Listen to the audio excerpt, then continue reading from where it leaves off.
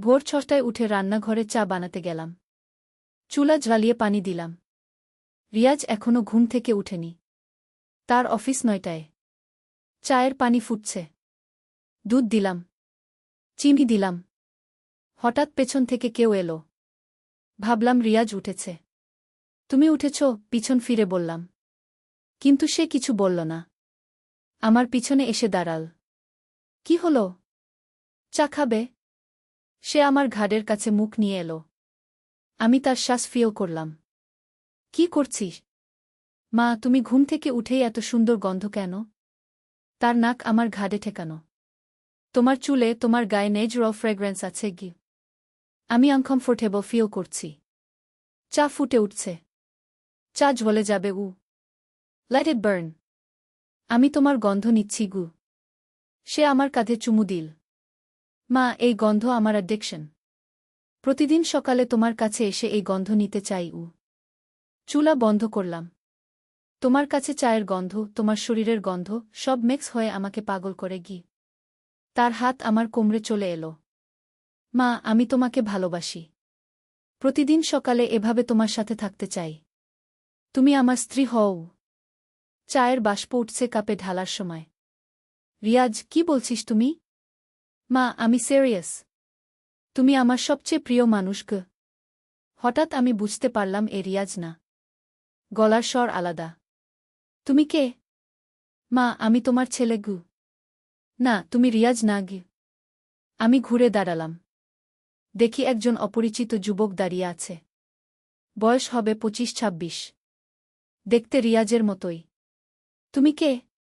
আমার বাসায় কিভাবে ঢুকলে? মা, আমি তোমার ছেলে। রিয়াজের টুইন ব্রাদার।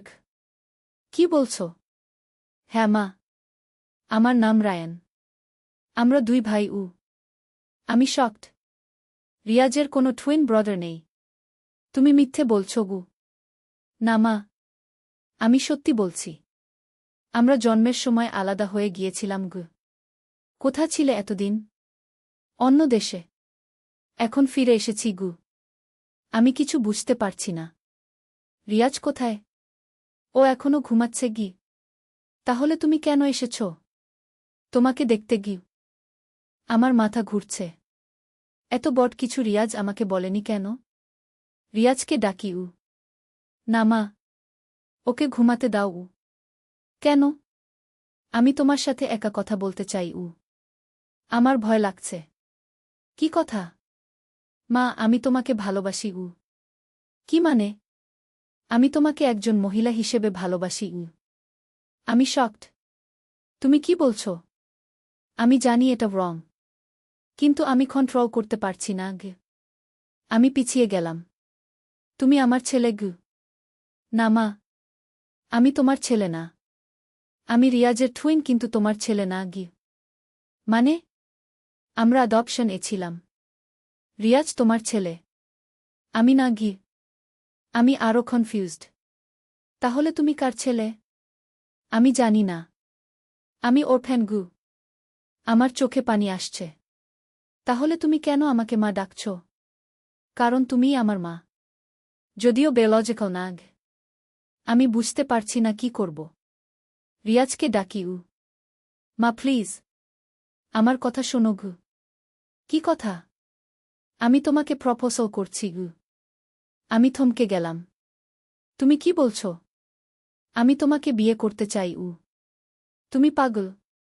না মা, আমি সিরিয়াস গি। আমি রান্নাঘর থেকে বেরিয়ে গেলাম। রায়ান আমার পিছে পিছে আসছে। মা, আমার কথা শোনো গু। আমি শুনতে চাই না গে। মা প্লিজ গে। আমি বসার ঘরে গিয়ে বসলাম। রায়ান আমার সামনে বসল। মা, আমি তোমাকে ছোটবেলা থেকে ভালোবাসি। কিভাবে? তুমি তো এতদিন ছিলে না গি। আমি দূর থেকে তোমাকে অবজার্ভ করেছি গু। কিভাবে? আমি সেক্রেটলি তোমাদের বাসার কাছে থাকতাম গু। আমার গা শিউরে উঠল। মানে তুমি আমাদের সুই করেছ? না মা, আমি শুধু তোমাকে দেখতে চেয়েছি। কেন? কারণ তুমি আমার ক্রাশ। আমি উঠে দাঁড়ালাম। আমি রিয়াজকে ডাকছি। মা ওয়েড। রায়ান আমার হাত ধরল। ছাড়ো আমার হাত উ। মা আমি তোমাকে ভালোবাসি উ। তুমি সিক উ। না মা আমি নর্মাল ঘ। নর্মাল হলে এসব বলতে না গি। মা এই যেখানে মার্ডার করে না গি। তুমি আমার ছেলের বয়সী গু। হ্যাঁ কিন্তু আমি তোমার ছেলে না গি। আমি জোর করে হাত ছাড়ালাম। রিয়াজ রিয়াজ চিৎকার করে ডাকলাম। মা চিৎকার করো না গি।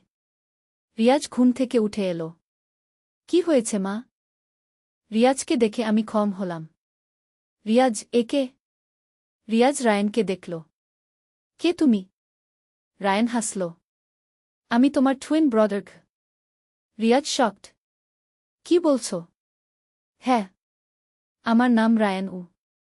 কোথা ছিলে এতদিন? আমেরিকায় উ। কিভাবে? আমরা ছোটবেলায় আলাদা হয়ে গিয়েছিলাম গ। রিয়াজ আমার দিকে তাকাল। মা তুমি জানতে? না আমি কিছু জানি না গি। তাহলে রায়ন কি করে জানল? আমি রিসার্চ করেছি গু। কি রিসার্চ? তেনে উ। রিয়াজ কনফিউজড। কিভাবে? তোমার হেয়ার স্যাম্পল নিয়েছি গি। কখন? গত মাসে গু। আমি আরও স্কেয়ার্ড। কোথা থেকে নিয়েছিলে? তোমার অফিস থেকে গি।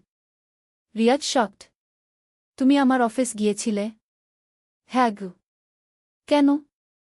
তোমাকে খুঁজে বের করার জন্য গু। কেন আমাকে খুঁজছিলে? রায়ান আমার দিকে তাকাল।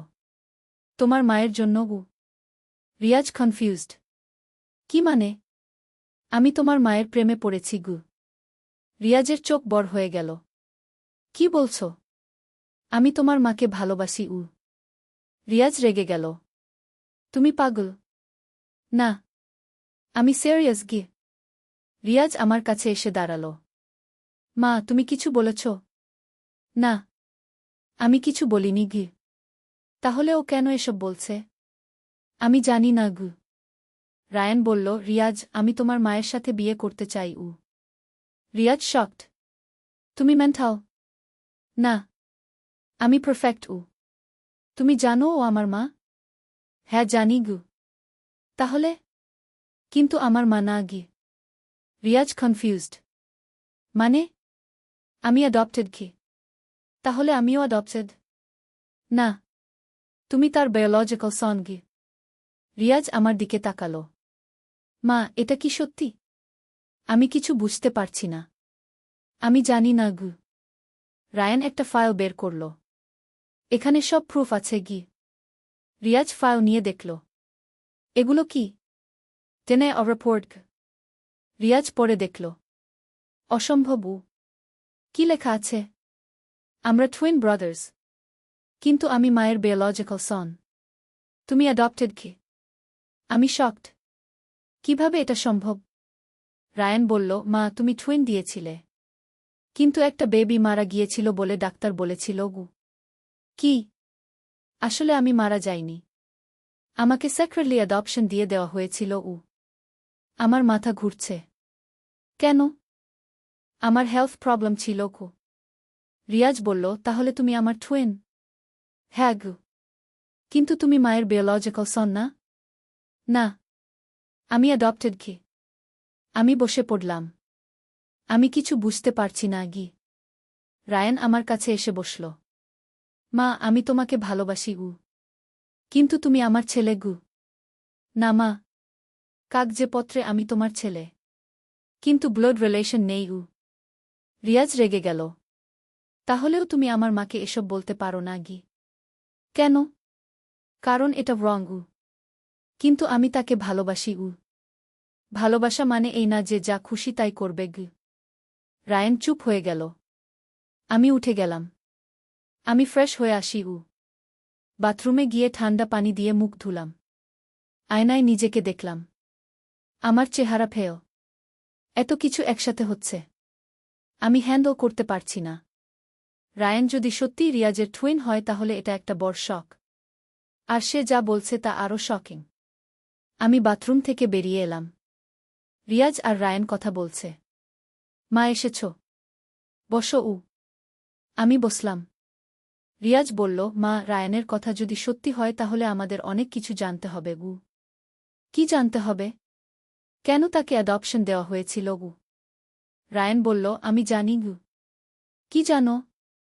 আমার প্যারেন্টস আমাকে সব বলেছিল গু। কি বলেছিল? তোমার মা খুব অসুস্থ ছিল ডেলিভারির সময়। ডাক্তার বলেছিল 2টা বেবি হ্যান্ডল করতে পারব না গে। আমার মনে পড়ে গেল। রিয়াজের জন্মের সময় আমি খুব অসুস্থ হয়ে পড়েছিলাম। তারপর তারপর ডাক্তার ডিসাইড করেছিল একটা বেবি তোমার কাছে রাখবে, আরেকটা অ্যাডপশন দিয়ে দেবে গু। কিন্তু আমাকে বলা হয়েছিল একটা বেবি মারা গিয়েছে গু। হ্যাঁ, এটা লি ছিল গু। আমার চোখে পানি এসে গেল। এত বদলেই? হ্যাঁ মা গু। রিয়াজ আমার হাত ধরল। মা, কাঁদো না গি। আমি আমার একটা ছেলেকে হারিয়ে ফেলেছিলাম গু। রায়ান এসে আমার পায়ের কাছে বসল। মা, আমি এসে গেছি গু। আমি তার মাথায় হাত দিলাম।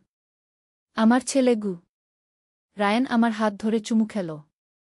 মা, আমি তোমাকে ভালোবাসি গু। আমি তার দিকে তাকালাম। আমিও তোমাকে ভালোবাসি বাবা গু। রায়ান খুশি হল। সত্যি? হ্যাঁ। তুমি আমার ছেলে গু। রায়ান কনফিউজড। কিন্তু আমি তোমাকে অন্যভাবে ভালোবাসি গু।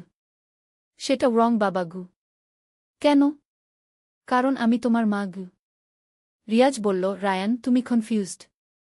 এসব ভালোবাসা নেজুয়াল না গে। কিন্তু আমি ফিল করি গে। তুমি থেরাপি নাও।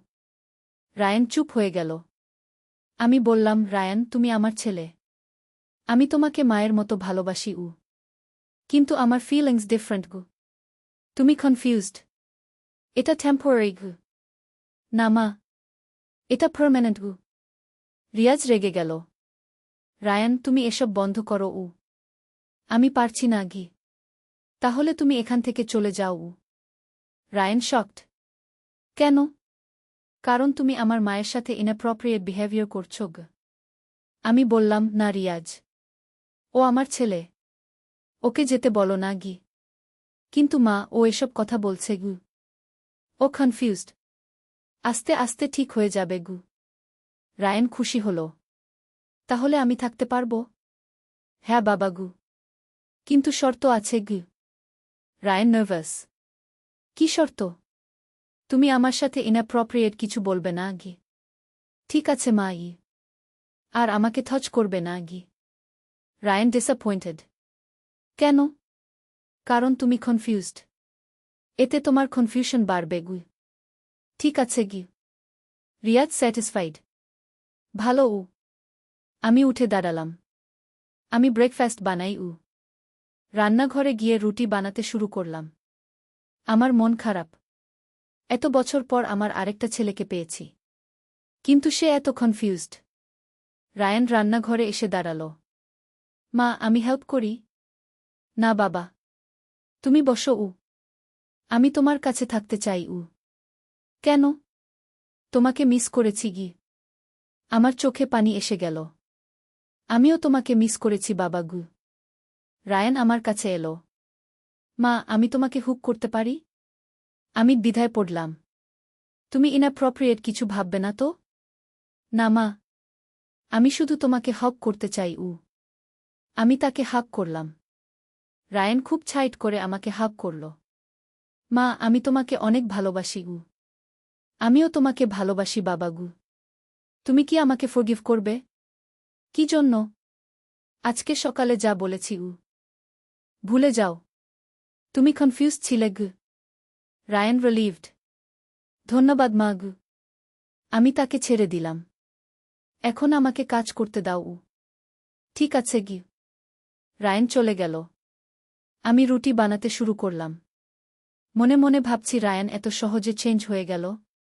নাকি অ্যাক্টিং করছে? ব্রেকফাস্ট তৈরি হল। সবাইকে ডাকলাম। রিয়াজ, রায়ান, খেতে এসো উ। দুজনেই এসে বসল। মা, এত সুন্দর গন্ধ উ। রায়ান বলল, তোমার পছন্দের রুটি বানিয়েছি গু। আমার পছন্দ তুমি জানো কিভাবে? একই দিনে। তোমার পছন্দ রিয়াজের মতোই হবে গু। রায়ান হাসল। হ্যাঁ ঠিক উ। আমরা খেতে শুরু করলা। রিয়াজ বলল, রায়ান তুমি কোথায় থাকো? আমেরিকায়। কি কাজ করো? Software engineer. আমিও। দেখেছ, আমরা সেম। রিয়াজ হাসল। সত্যিই অ্যামেজিং। আমি খুশি লাগছে দেখে যে দুই ভাই ভালো থাকছে। রায়ান তুমি কতদিন থাকবে? আমি এখানে সেটল করতে চাই। কেন?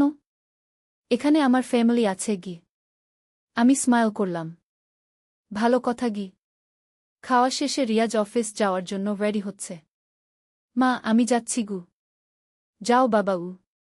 রায়ানকে বলল, তুমি কি করবে? মায়ের সাথে থাকব। রিয়াজ একটু ওয়ারিড লাগল। ঠিক আছে, কিন্তু কি? কিছু না। রিয়াজ চলে গেল। রায়ান আর আমি একা হয়ে গেলাম। মা আমি তোমাকে একটা কিছু দিতে চাই।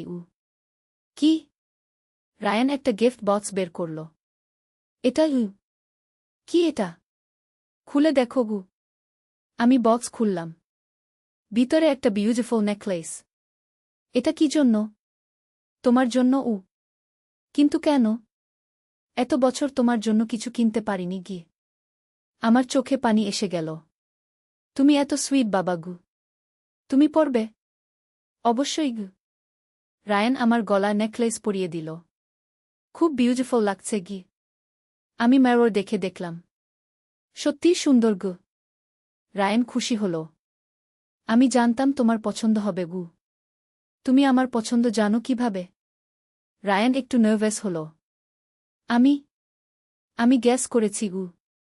আমি সাসপেশাস হলাম। শুধু গ্যাস? হ্যাঁ। কিন্তু আমার মনে হল রায়ান সব বলছে না। রায়ান তুমি আমাকে অবজার্ভ করতে বলেছিলে। হ্যাঁ। কতদিন? রায়ান আনকমফোর্টেবল। অনেক দিন। কত অনেক? প্রায় 5 বছর। আমি শকড। 5 বছর? হ্যাঁ মা। কোথা থেকে অবজার্ভ করতে? বিভিন্ন জায়গা থেকে। আমার গা শিউরে উঠল। তুমি আমাকে স্টক করেছ? না মা, আমি শুধু তোমাকে দেখতে চেয়েছি। এটা স্টকিং। রায়ান নার্ভাস হয়ে গেল। মা আমি কোনো হার্ম করিনি। কিন্তু এটা রং। আমি জানি, কিন্তু আমি হেল্প করতে পারিনি। আমি উঠে দাঁড়ালাম। আমি আনকমফোর্টেবল ফিল করছি। মা প্লিজ, আমি আর করব না। তুমি এখনো করছ? রায়ান হেজিটেট করল। না মানে, এখন তো আমি তোমার সাথে আছি।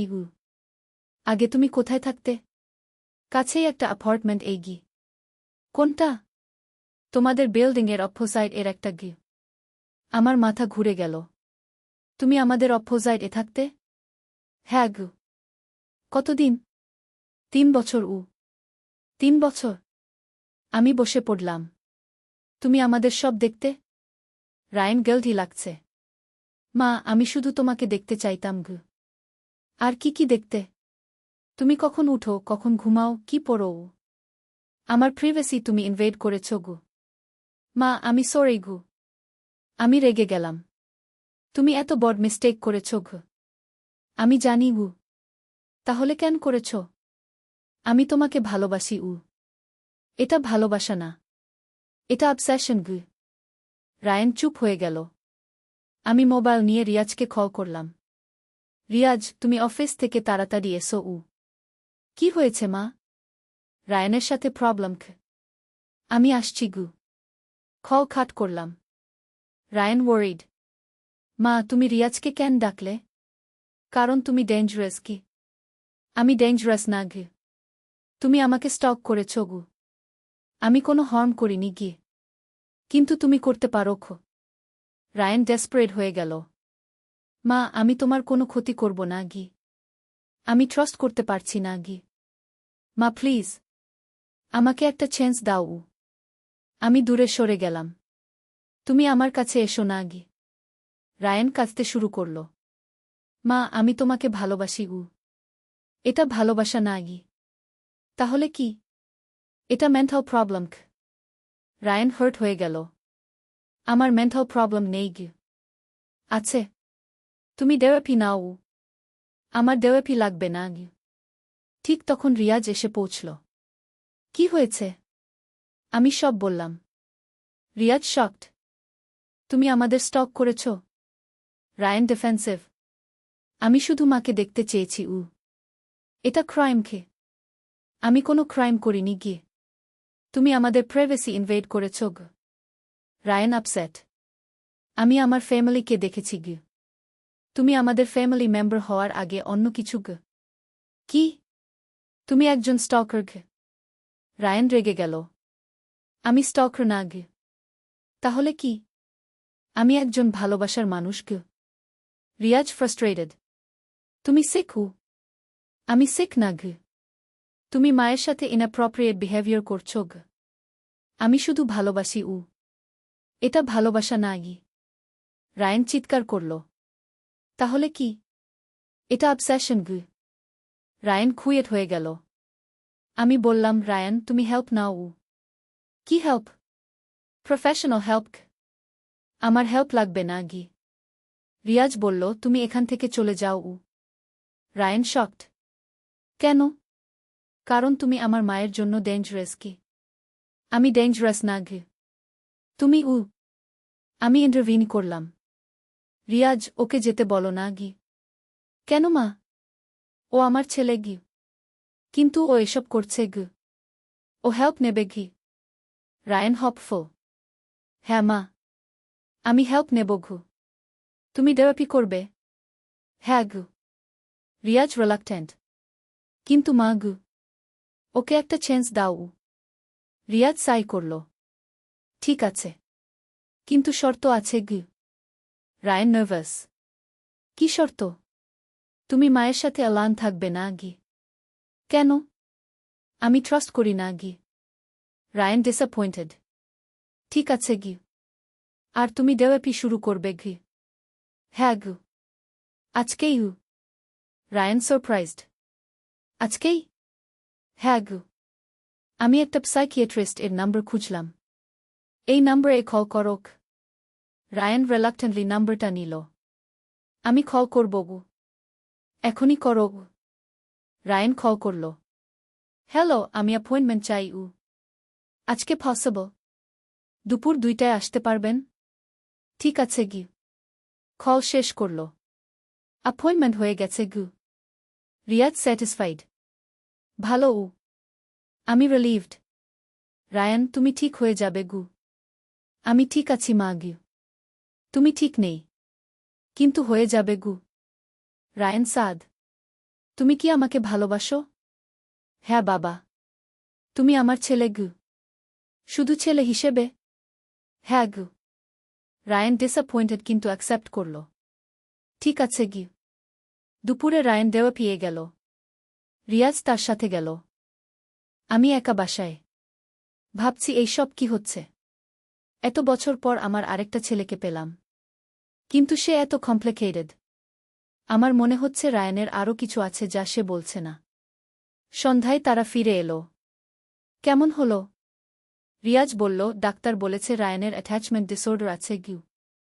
কি এটা? যারা ছোটবেলায় পরিবার থেকে আলাদা হয়ে যায় তাদের হয় গি। এটা ঠিক হবে? হ্যাঁ। কিন্তু টাইম লাগবে গি। রায়ান খুয়েট। তুমি কেমন লাগছে? ভালো মা গি। কিন্তু তার চেহারা ভালো লাগছে না। রাতে খাওয়ার সময় রায়ান কম কথা বলছে। কি হয়েছে বাবা? কিছু না মা। রিয়াজ বলল, ডাক্তার বলেছে ওর ডিপ্রেশন ও আছে গি। কেন? এত বছর একা থাকার জন্য। আমার খারাপ লাগছে। রায়ান, তুমি এখন একা নও। জানি মা। আমরা তোমার সাথে আছি। রায়ান একটু স্মাইল করল। ধন্যবাদ। রাতে ঘুমানোর সময় রিয়াজ বলল, মা, রায়ানকে আলাদা রুমে রাখো গু। কেন? ডাক্তার বলেছে ওর সাথে ডিস্টেন্স মেইনটেইন করতে গু। কিন্তু ও আমার ছেলে গু। জানি। কিন্তু এটা ওর ভালোর জন্য আমি অ্যাগ্রি করলাম। রায়ানকে গেস্ট রুম এ রাখলাম। তুমি এখানে কমফোর্টেবল? হ্যাঁ মা গু। কিছু লাগলে বলো। ঠিক আছে গি। আমি আমার রুমে গেলাম। রাত 2টায় হঠাৎ আমার ঘুম ভেঙে গেল। মনে হলো কেউ আমার রুমে আছে। আমি উঠে বসলাম। অন্ধকারে কিছু দেখতে পাচ্ছি না। কেউ আছো? কোনো রেসপন্স নেই। আমি লাইট জ্বালালাম। কেউ নেই। কিন্তু আমার মনে হচ্ছে কেউ ছিল। আমি উঠে ডোর চেক করলাম। ডোর লকড। হয়তো আমার মনের ভুল। আমি আবার শুয়ে পড়লাম। কিন্তু ঘুম আসছে না। সকালে উঠে দেখি রিয়াজ অফিস যাওয়ার জন্য রেডি। তুমি কি রাতে আমার রুমে এসেছিলে? না মা। কেন? মনে হয়েছিল কেউ এসেছে গি। হয়তো রায়ান। আমি রায়ানকে জিজ্ঞেস করলাম, তুমি কি রাতে আমার রুমে গিয়েছিলে? Ryan nervous. না মা গি। কিন্তু তার বিহেভিয়ার সাসপিশিয়াস। তুমি নিশ্চিত? হ্যাঁ গু। আমি কনভিন্সড না। রিয়াজ অফিস চলে গেল। আমি রায়ানকে বললাম, তুমি সত্যি বলো। তুমি কি রাতে আমার রুমে গিয়েছিলে? রায়ান ব্রেকডাউন করল। হ্যাঁ মা গু। কেন? আমি তোমাকে দেখতে চেয়েছি। আমি স্কেয়ার্ড। তুমি কি করেছ? কিছু না। শুধু তোমাকে ঘুমাতে দেখেছি। আমার গা শিউরে উঠল। এটা খুবই রং। আমি জানি। তাহলে কেন করেছ? আমি কন্ট্রোল করতে পারিনি। আমি রিয়াজকে কল করলাম। তুমি এখনই বাসায় এসো। কি হয়েছে? রায়ান রাতে আমার রুমে গিয়েছিল। কি? তুমি তাড়াতাড়ি এসো। রিয়াজ এসে পৌঁছাতে না পৌঁছাতেই রায়ান বলল, মা আমি যাচ্ছি। কোথায়? আমি এখানে থাকতে পারবো না গি। কেন? আমি তোমার জন্য প্রবলেম। আমার মায়া হলো। না বাবা। তুমি প্রবলেম না ঘি। আমি আমি তোমাকে ডিস্টার্ব করছি। তুমি শুধু কনফিউজড। না মা। আমি সেকু। রিয়াজ এসে পৌঁছল। কি হয়েছে? আমি সব বললাম। রিয়াজ রেগে গেল। রায়ান, এটা অনেক বেশি। আমি জানি। তুমি এখান থেকে চলে যাও। রায়ান কাঁদতে শুরু করল। আমি কোথায় যাব? তোমার অ্যাপার্টমেন্ট এগি। ওখানে আমি একা। আমি ইন্টারভিন করলাম। রিয়াজ, ওকে যেতে দিও না গি। মা, ও ডেঞ্জারাস কি। ও আমার ছেলে গি। কিন্তু ওর বিহেভিয়ার আমি ওর সাথে ডিল করব। রিয়াজ ফ্রাস্ট্রেটেড। কিভাবে? আমি ওকে হেল্প করব। রায়ান হপফুল। সত্যি মা? হ্যাঁ। কিন্তু শর্ত আছে। কি শর্ত? তুমি আমার কাছে আসবে না গি। কেন? তোমার কন্ট্রোল নেই। রায়ান সাদ। ঠিক আছে গি। আর তুমি রেগুলার থেরাপি করবে গে। হ্যাঁ। রিয়াজ রিলাক্টেন্টলি অ্যাগ্রি করল। ঠিক আছে। কিন্তু যদি আবার কিছু করো? আমি কিছু করব না গি। কিন্তু পরের কয়েকদিনে রায়ানের বিহেভিয়ার আরও স্ট্রেঞ্জ হতে শুরু করল। সে আমার জিনিসপত্র গোপনে নিয়ে যেতে লাগল।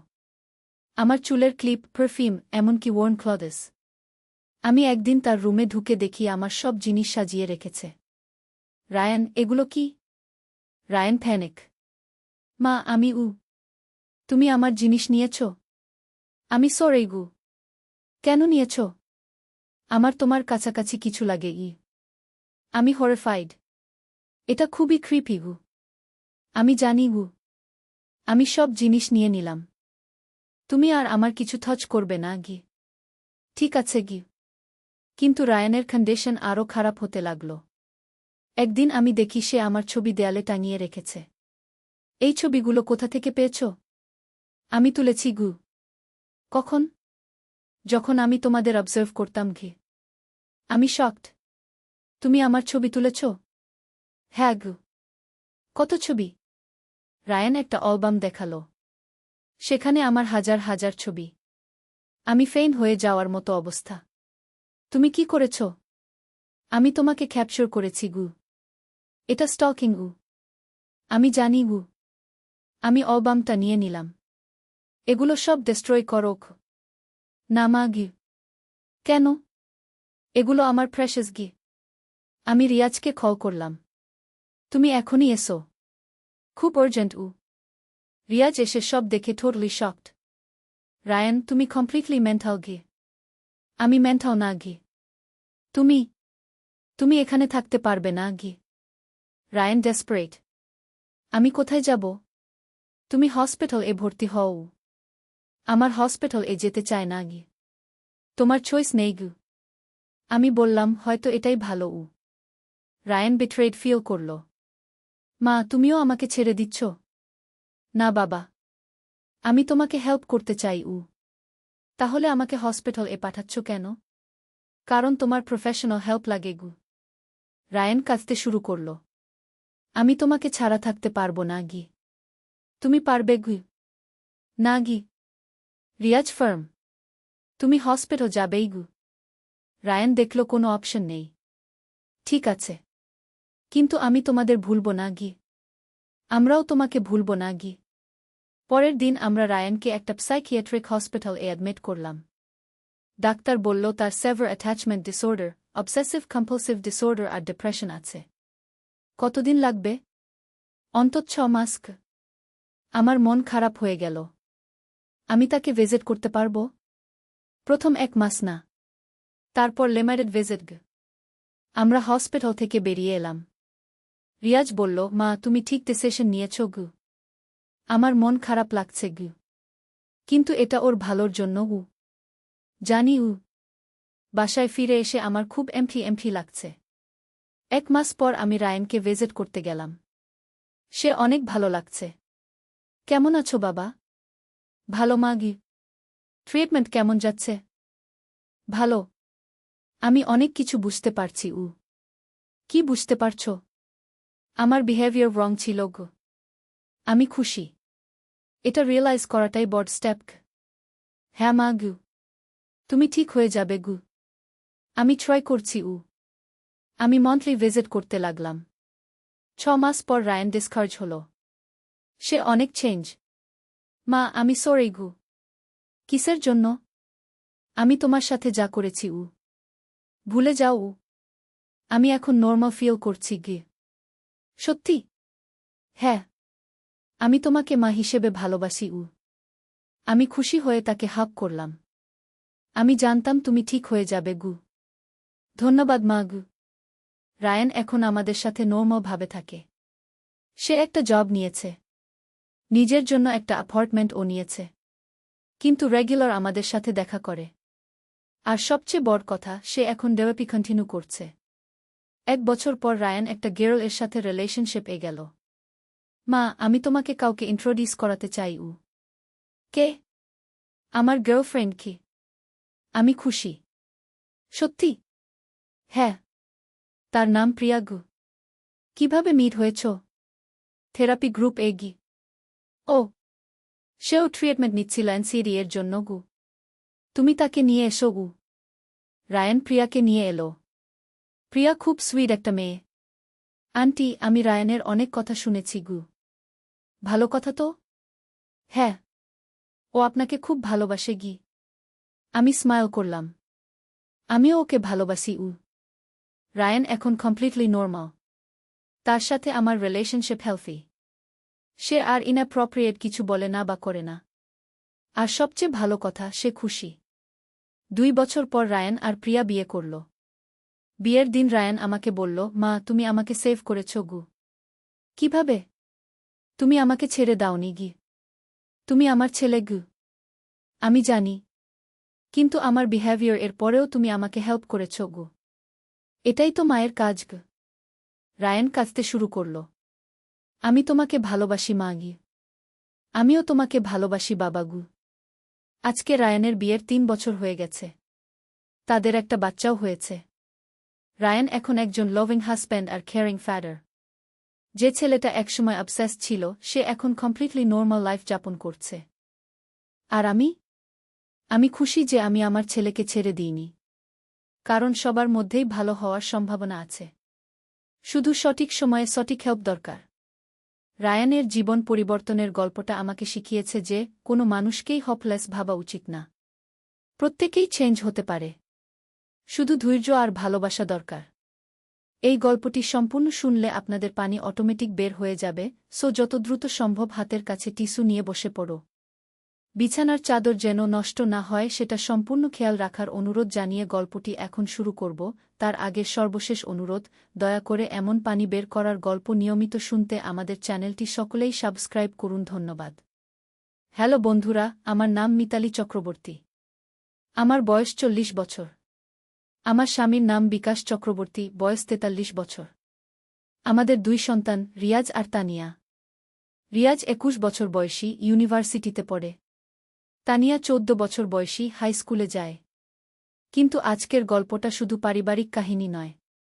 এটা একটা রহস্যময় অ্যাডভেঞ্চার যেখানে আছে অদ্ভুত সব ঘটনা, লুকিয়ে রাখা সত্য আর এমন কিছু রোমাঞ্চকর মুহূর্ত যা আপনাদের নিঃশ্বাস আটকে দেবে। গল্পটা শুরু হয় সেদিন সকালে যখন রিয়াজ হঠাৎ করে অন্যরকম আচরণ করতে শুরু করল। কিন্তু পরে জানলাম সেটা আসলে রিয়াজই ছিল না। তো আসুন শুনি আমার জীবনের সবচেয়ে অদ্ভুত আর রোমাঞ্চকর অভিজ্ঞতার গল্প। কিন্তু রায়ানের এই সুখী জীবনের পিছনে লুকিয়েছিল আরও একটা বড় রহস্য। একদিন হঠাৎ করে একজন অপরিচিত মহিলা আমাদের বাসায় এসে হাজির। আমি জানি রায়ান এখানে থাকে গু। আপনি কে? আমার নাম সুমিত্রা দাস। আমি রায়ানের আসল মা গু। আমার মাথায় বাজ পড়ার মতো অবস্থা। কি বলছেন? রায়ান আমার ছেলে। তাকে ছোটবেলায় হারিয়ে ফেলেছিলাম গু। কিন্তু রায়ান তো রিয়াজের টুয়েন গু। না, এটা একটা ভুল ধারণা গু। আমি কনফিউজড। মানে? রায়ান আমার ছেলে। তার বয়স যখন 3 বছর তখন সে হারিয়ে যায় তাহলে ডনেও সেটা ফেক ছিল আমার গা শিউরে উঠল। কি মানে ফেক? রায়ান নিজেই সেটা তৈরি করেছিল গু। আমি রিয়াজকে কল করলাম। তুমি এখনই বাসায় এসো রিয়াজ এসে সুমিত্রা দেবীকে দেখে সারপ্রাইজড। আন্টি আপনি? তুমি রায়ানকে চেনো? হ্যাঁ। ও আমার ও তোমার কিছু না। ও আমার ছেলে গি। রিয়াজ শকড। কি বলছেন? সুমিত্রা দেবী সব গল্প বললেন। রায়ানের আসল নাম সুব্রত দাস। সে 3 বছর বয়সে একটা মেলা থেকে হারিয়ে যায়। তারপর তাকে একটা ওরফ্যানেজ পাওয়া যায়। সেখান থেকে সে অ্যাডপ্ট হয়ে আমেরিকা চলে যায়। কিন্তু সে এখানে কেন এসেছিল? সে আমাকে খুঁজছিল। কিন্তু ভুল করে তোমাদের সাথে ইনভলভ হয়ে গিয়েছিল গো। তাহলে সে আমাদের কাছে কেন এসেছিল? সে ভেবেছিল তোমরাই তার পরিবার গু। আমার মাথা ঘুরছে। তাহলে সে কেন আমাকে? মানে কি? সে কনফিউজ ছিল। তার মনে হয়েছিল তুমিই তার মা গু। রিয়াজ বলল, তাহলে আমাদের সাথে তার কোনো রিলেশন নেই? না গি। আমি ডেভাস্টেটেড। তাহলে যে ছেলেকে আমি এত ভালোবাসলাম গু, সে তোমার ছেলে না গি। আমার চোখে পানি এসে গেল। সুমিত্রা দেবী বললেন, আমি জানি তোমার কেমন লাগছে। কিন্তু সুব্রত আমার ছেলে গু। আমি জানি গু। আমি তাকে নিয়ে যেতে চাই আমার হৃদয় ভেঙে গেল। কিন্তু সে এখন ভালো আছে গু। আমি জানি। কিন্তু সে আমার সন্তান আমি রায়ানকে কল করলাম। তুমি এখনই আমাদের বাসায় এসো রায়ান প্রিয়াকে নিয়ে এলো। সুমিত্রা দেবীকে দেখে সে কমপ্লিটলি শকড। মা? হ্যাঁ বাবা। আমি তোমার আসল মা গু। রায়ান কাঁদতে শুরু করল। আমি তোমাকে এত খুঁজেছি গু। আমিও তোমাকে খুঁজেছি গু। তারা দুজনে একসাথে কাঁদতে লাগল। আমি দেখছি কিন্তু কিছু বলতে পারছি না। রায়ান তার মায়ের কাছে গিয়ে বসল। মা, আমি ভেবেছিলাম আপনি মারা গিয়েছেন গু। না বাবা। আমি তোমাকে খুঁজেছি গু। আমি আমেরিকায় ছিলাম গু। জানি। আমি সেখানেও খুঁজেছি গু। রায়ান আমার দিকে তাকাল। মিতালি আন্টি, আমি সরি গু। কিসের জন্য?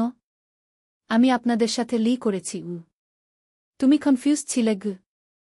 আমি আপনাকে মা ভেবেছিলাম গু। আমার চোখে পানি। তুমি আমার ছেলের মতোই গি। রায়ান উঠে আমার কাছে এসে আমার পা ছুঁয়ে প্রণাম করল। আপনি আমার জীবনটা সেভ করেছেন গু। কিভাবে? আমি মেন্টাল ইলনেস ভুগছিলাম। আপনি আমাকে ট্রিটমেন্ট করিয়েছেন গু। সেটা আমার ডিউটি ছিল না। আপনি একজন স্ট্রেঞ্জার এর জন্য এত করেছেন গু। আমি তার মাথায় হাত দিলাম। তুমি আমার ছেলেই গু। সুমিত্রা দেবী আমার কাছে এসে বললেন, আপনাকে ধন্যবাদ গু। কিসের জন্য? আমার ছেলেকে ঠিক করার জন্য সেটা না। আপনি না থাকলে সুব্রত এখনো সেক হয়ে থাকত আমি কিছু বলতে পারলাম না। রায়ান বলল, আন্টি, আমি আপনাদের ভুলব না আমরাও তোমাকে ভুলব না আমি রেগুলারলি আপনাদের সাথে দেখা করতে আসব অবশ্যই সুমিত্রা দেবী রায়ানকে নিয়ে চলে গেলেন। আমি আর রিয়াজ একা হয়ে গেলাম। মা, কেমন লাগছে? খারাপ কেন? রায়ানকে অনেক মিস করব কিন্তু সে তো আমাদের ছেলে ছিল না জানি, কিন্তু আমি তাকে ছেলের মতো ভালোবেসেছি রিয়াজ আমাকে হাক করল। মা, তুমি অনেক ভালো একজন মানুষ কেন? তুমি একজন স্ট্রেঞ্জারকে এত ভালোবেসেছ আমি স্মাইল করলাম। ভালোবাসার কোনো বাউন্ডারি নেই কয়েক মাস পর রায়ান তার স্ত্রী আর বাচ্চাকে নিয়ে আমাদের বাসায় এলো। আন্টি, কেমন আছেন? ভালো বাবা। তুমি কেমন? খুব ভালো তোমার মায়ের সাথে কেমন যাচ্ছে? খুব ভালো। উনি অনেক খুশি আমি খুশি। এটাই ভালো রায়ানের বাচ্চা আমার কোলে এসে বসল। এই বাচ্চাটা আপনাকে দাদি বলে ডাকবে আমার চোখে পানি। সত্যি? হ্যাঁ। আপনি আমার সেকেন্ড মাদারকে। আমি খুশিতে কাঁদতে লাগলাম। তোমরা আমার পরিবারই রায়ান এখনও আমাদের সাথে যোগাযোগ রাখে। তার বাচ্চা আমাকে দাদি বলে ডাকে। আর সবচেয়ে বড় কথা, রায়ান এখন কমপ্লিটলি হ্যাপি। তার আসল মায়ের সাথে রিউনিয়ন হওয়ার পর সে আরও স্টেবল হয়েছে। এই পুরো ঘটনা আমাকে শিখিয়েছে যে জীবনে অনেক কিছুই আনএক্সপেক্টেড। কখনো কখনো আমরা ভুল মানুষকে ভালোবাসি, কিন্তু সেই ভালোবাসা ভুল হয় না, কারণ ভালোবাসা সবসময় ভালো ফল দেয়। রায়ানের সাথে আমার রিলেশনশিপ ফেক হলেও সেই রিলেশনশিপ তাকে হিল করেছে। আর আমাকেও শিখিয়েছে যে ম্যাটারনাল ইনস্টিংক্ট শুধু বায়োলজিক্যাল কানেকশন এর উপর ডিপেন্ড করে না। আজকে রায়ানের জীবন পারফেক্ট। সে তার আসল পরিবারের সাথে আছে, একই সাথে আমাদের সাথেও কানেক্টেড। আর আমি খুশি যে আমি তাকে হেল্প করতে পেরেছি, কারণ এই ওয়ার্ল্ডে সবার একটা সেকেন্ড চান্স পাওয়ার অধিকার আছে। রায়ানের গল্প প্রুফ যে প্রপার কেয়ার আর ভালোবাসা দিয়ে যে কোনো মানুষকে হিল করা যায়, এমনকি তাদেরকেও যারা কমপ্লিটলি লস্ট মনে হয়। তো এই ছিল আমার জীবনের সবচেয়ে ইউনিজুয়াল আর ইমোশনাল অভিজ্ঞতার গল্প। কিভাবে একজন স্ট্রেঞ্জার আমার ছেলে হয়ে উঠেছিল, আর কিভাবে সেই ফেক রিলেশনশিপ একটা রিয়েল হিলিং এর কারণ হয়েছিল। জীবনটা সত্যিই অনেক মিস্টেরিয়াস। আমরা জানি না কখন কে আমাদের জীবনে এসে সব চেঞ্জ করে দেবে, কিন্তু যদি আমরা ওপেন মাইন্ড রাখি আর জেনুইন কেয়ার দেই, তাহলে সেই চেঞ্জগুলো সবসময় পজিটিভ হয়। রায়ান আমার বায়োলজিক্যাল সন না হলেও সে আমার হার্টের সন্তান। আর এই বন্ডটা লাইফটাইমের জন্য। এই গল্প থেকে আমি যা শিখেছি তা হল, পরিবার শুধু ব্লাড রিলেশন না। পরিবার হল যারা আপনার জন্য কেয়ার করে, যারা আপনার ব্যাড টাইম এ পাশে থাকে, যারা আপনাকে জজ না করে হেল্প করে। রায়ান এখন আমার এক্সটেন্ডেড ফ্যামিলি এর পার্ট। তার মা সুমিত্রা দেবীও আমার ভালো বন্ধু হয়ে গিয়েছেন। আমরা রেগুলার যোগাযোগ রাখি। তিনি আমাকে বলেছেন, আপনি না থাকলে আমি আমার ছেলেকে এত ভালো অবস্থায় ফিরে পেতাম না এই কথাগুলো আমার জীবনের সবচেয়ে বড় অ্যাচিভমেন্ট। কারণ একজন মানুষের জীবনে পজিটিভ ইম্প্যাক্ট ফেলতে পারাটাই সবচেয়ে বড় সাকসেস। তো বন্ধুরা, এই ছিল আমার অদ্ভুত পারিবারিক অ্যাডভেঞ্চারের গল্প। আশা করি আপনাদের ভালো লেগেছে। আর হ্যাঁ, এই গল্পটা যদি আপনাদের চোখে পানি এনে থাকে, তাহলে সেটাই নেজুয়াল। কারণ কিছু কিছু গল্প হৃদয় ছুঁয়ে যায়। আর সেই গল্পগুলোই আমাদের হিউম্যানিটির কথা মনে করিয়ে দেয়া। রাত 2টায় হঠাৎ বমি বমি ভাব হল। ছেলে আমাকে বাথরুমে নিয়ে গিয়ে পিঠে হাত বুলিয়ে দিল, পানি এনে খাইয়ে দিল, বিছানায় শুইয়ে দিয়ে আমার কপালে হাত রাখল। মৃদু স্বরে বলল, মা, তুমি অসুস্থ হলে আমার জীবন অন্ধকার হয়ে যায়। আমি তার হাত ধরে বললাম, ভালো লাগছে। সে আমার চুলে আলতো হাত বুলিয়ে বলল, মা, আমি চাই সারা জীবন তোমার এভাবে সেবা করতে, স্বামী হিসেবে। তুমি আমার সবচেয়ে প্রিয় মানুষ। আমি তোমাকে ভালোবাসি, বিয়ে করো আমাকে। অন্ধকার ঘরে তার মুখ দেখতে পাচ্ছিলাম না, কিন্তু তার কণ্ঠস্বরে এমন মায়া যে মনে হলো তার চেয়ে ভালো সেবক আর কেউ নেই। তার আঙুলের স্পর্শে আমার কপালের ব্যথা কমে যাচ্ছিল। রাতের নিস্তব্ধতায় তার শ্বাসের শব্দ আমার কানে আসছিল। অসুস্থতার মধ্যেও মনে হচ্ছিল আমি সবচেয়ে নিরাপদ জায়গায় আছি। তার ভালোবাসায় আমি সুস্থ হয়ে উঠছি। এই গল্পটি সম্পূর্ণ শুনলে আপনাদের পানি অটোমেটিক বের হয়ে যাবে, সো যত দ্রুত সম্ভব হাতের কাছে টিস্যু নিয়ে বসে পড়ো। বিছানার চাদর যেন নষ্ট না হয় সেটা সম্পূর্ণ খেয়াল রাখার অনুরোধ জানিয়ে গল্পটি এখন শুরু করব। তার আগে সর্বশেষ অনুরোধ, দয়া করে এমন পানি বের করার গল্প নিয়মিত শুনতে আমাদের চ্যানেলটি সকলেই সাবস্ক্রাইব করুন। ধন্যবাদ। হ্যালো বন্ধুরা, আমার নাম রুমানা খান। আমার বয়স ৩৯ বছর। আমার স্বামীর নাম ফারুক খান, বয়স ৪২ বছর। আমাদের ২ সন্তান, সাকিব আর রিনা। সাকিব ২১ বছর বয়সী, ইউনিভার্সিটিতে পড়ে। রিনা ১৪ বছর বয়সী, হাই স্কুলে যায়। আমার এই অদ্ভুত গল্পটা শুরু হয়েছিল গত মাসের একটা রাতে। সাকিব বিশ্ববিদ্যালয় থেকে ছুটিতে এসেছে। রিনা তার পড়াশোনার চাপে অনেকটা শান্ত হয়ে গেছে। আমার স্বামী ফারুক তার অফিসের কাজে সারাদিন ব্যস্ত থাকে। কিন্তু সাকিব আমার প্রতি সবসময় খুব যত্নবান থাকে। তার এই যত্নের মধ্যে কিছু একটা অন্যরকম মনে হচ্ছিল যা আমি কিছুতেই বুঝতে পারছিলাম না। সেদিন রাতে আমি হঠাৎ অসুস্থ বোধ করতে লাগলাম। পেটে ব্যথা, মাথা ঝিমঝিম করছিল। সাকিব আমার পাশে এসে বসল। তার হাতের স্পর্শ এত মধুর ছিল যে আমার মনে হলো আমি সত্যিই সুস্থ হয়ে যাচ্ছি। সে আমার জন্য গরম দুধ নিয়ে এলো, কপালে সর্দিতেল মালিশ করে দিল। তার এই ভালোবাসার স্পর্শে আমি ভেসে যাচ্ছিলাম।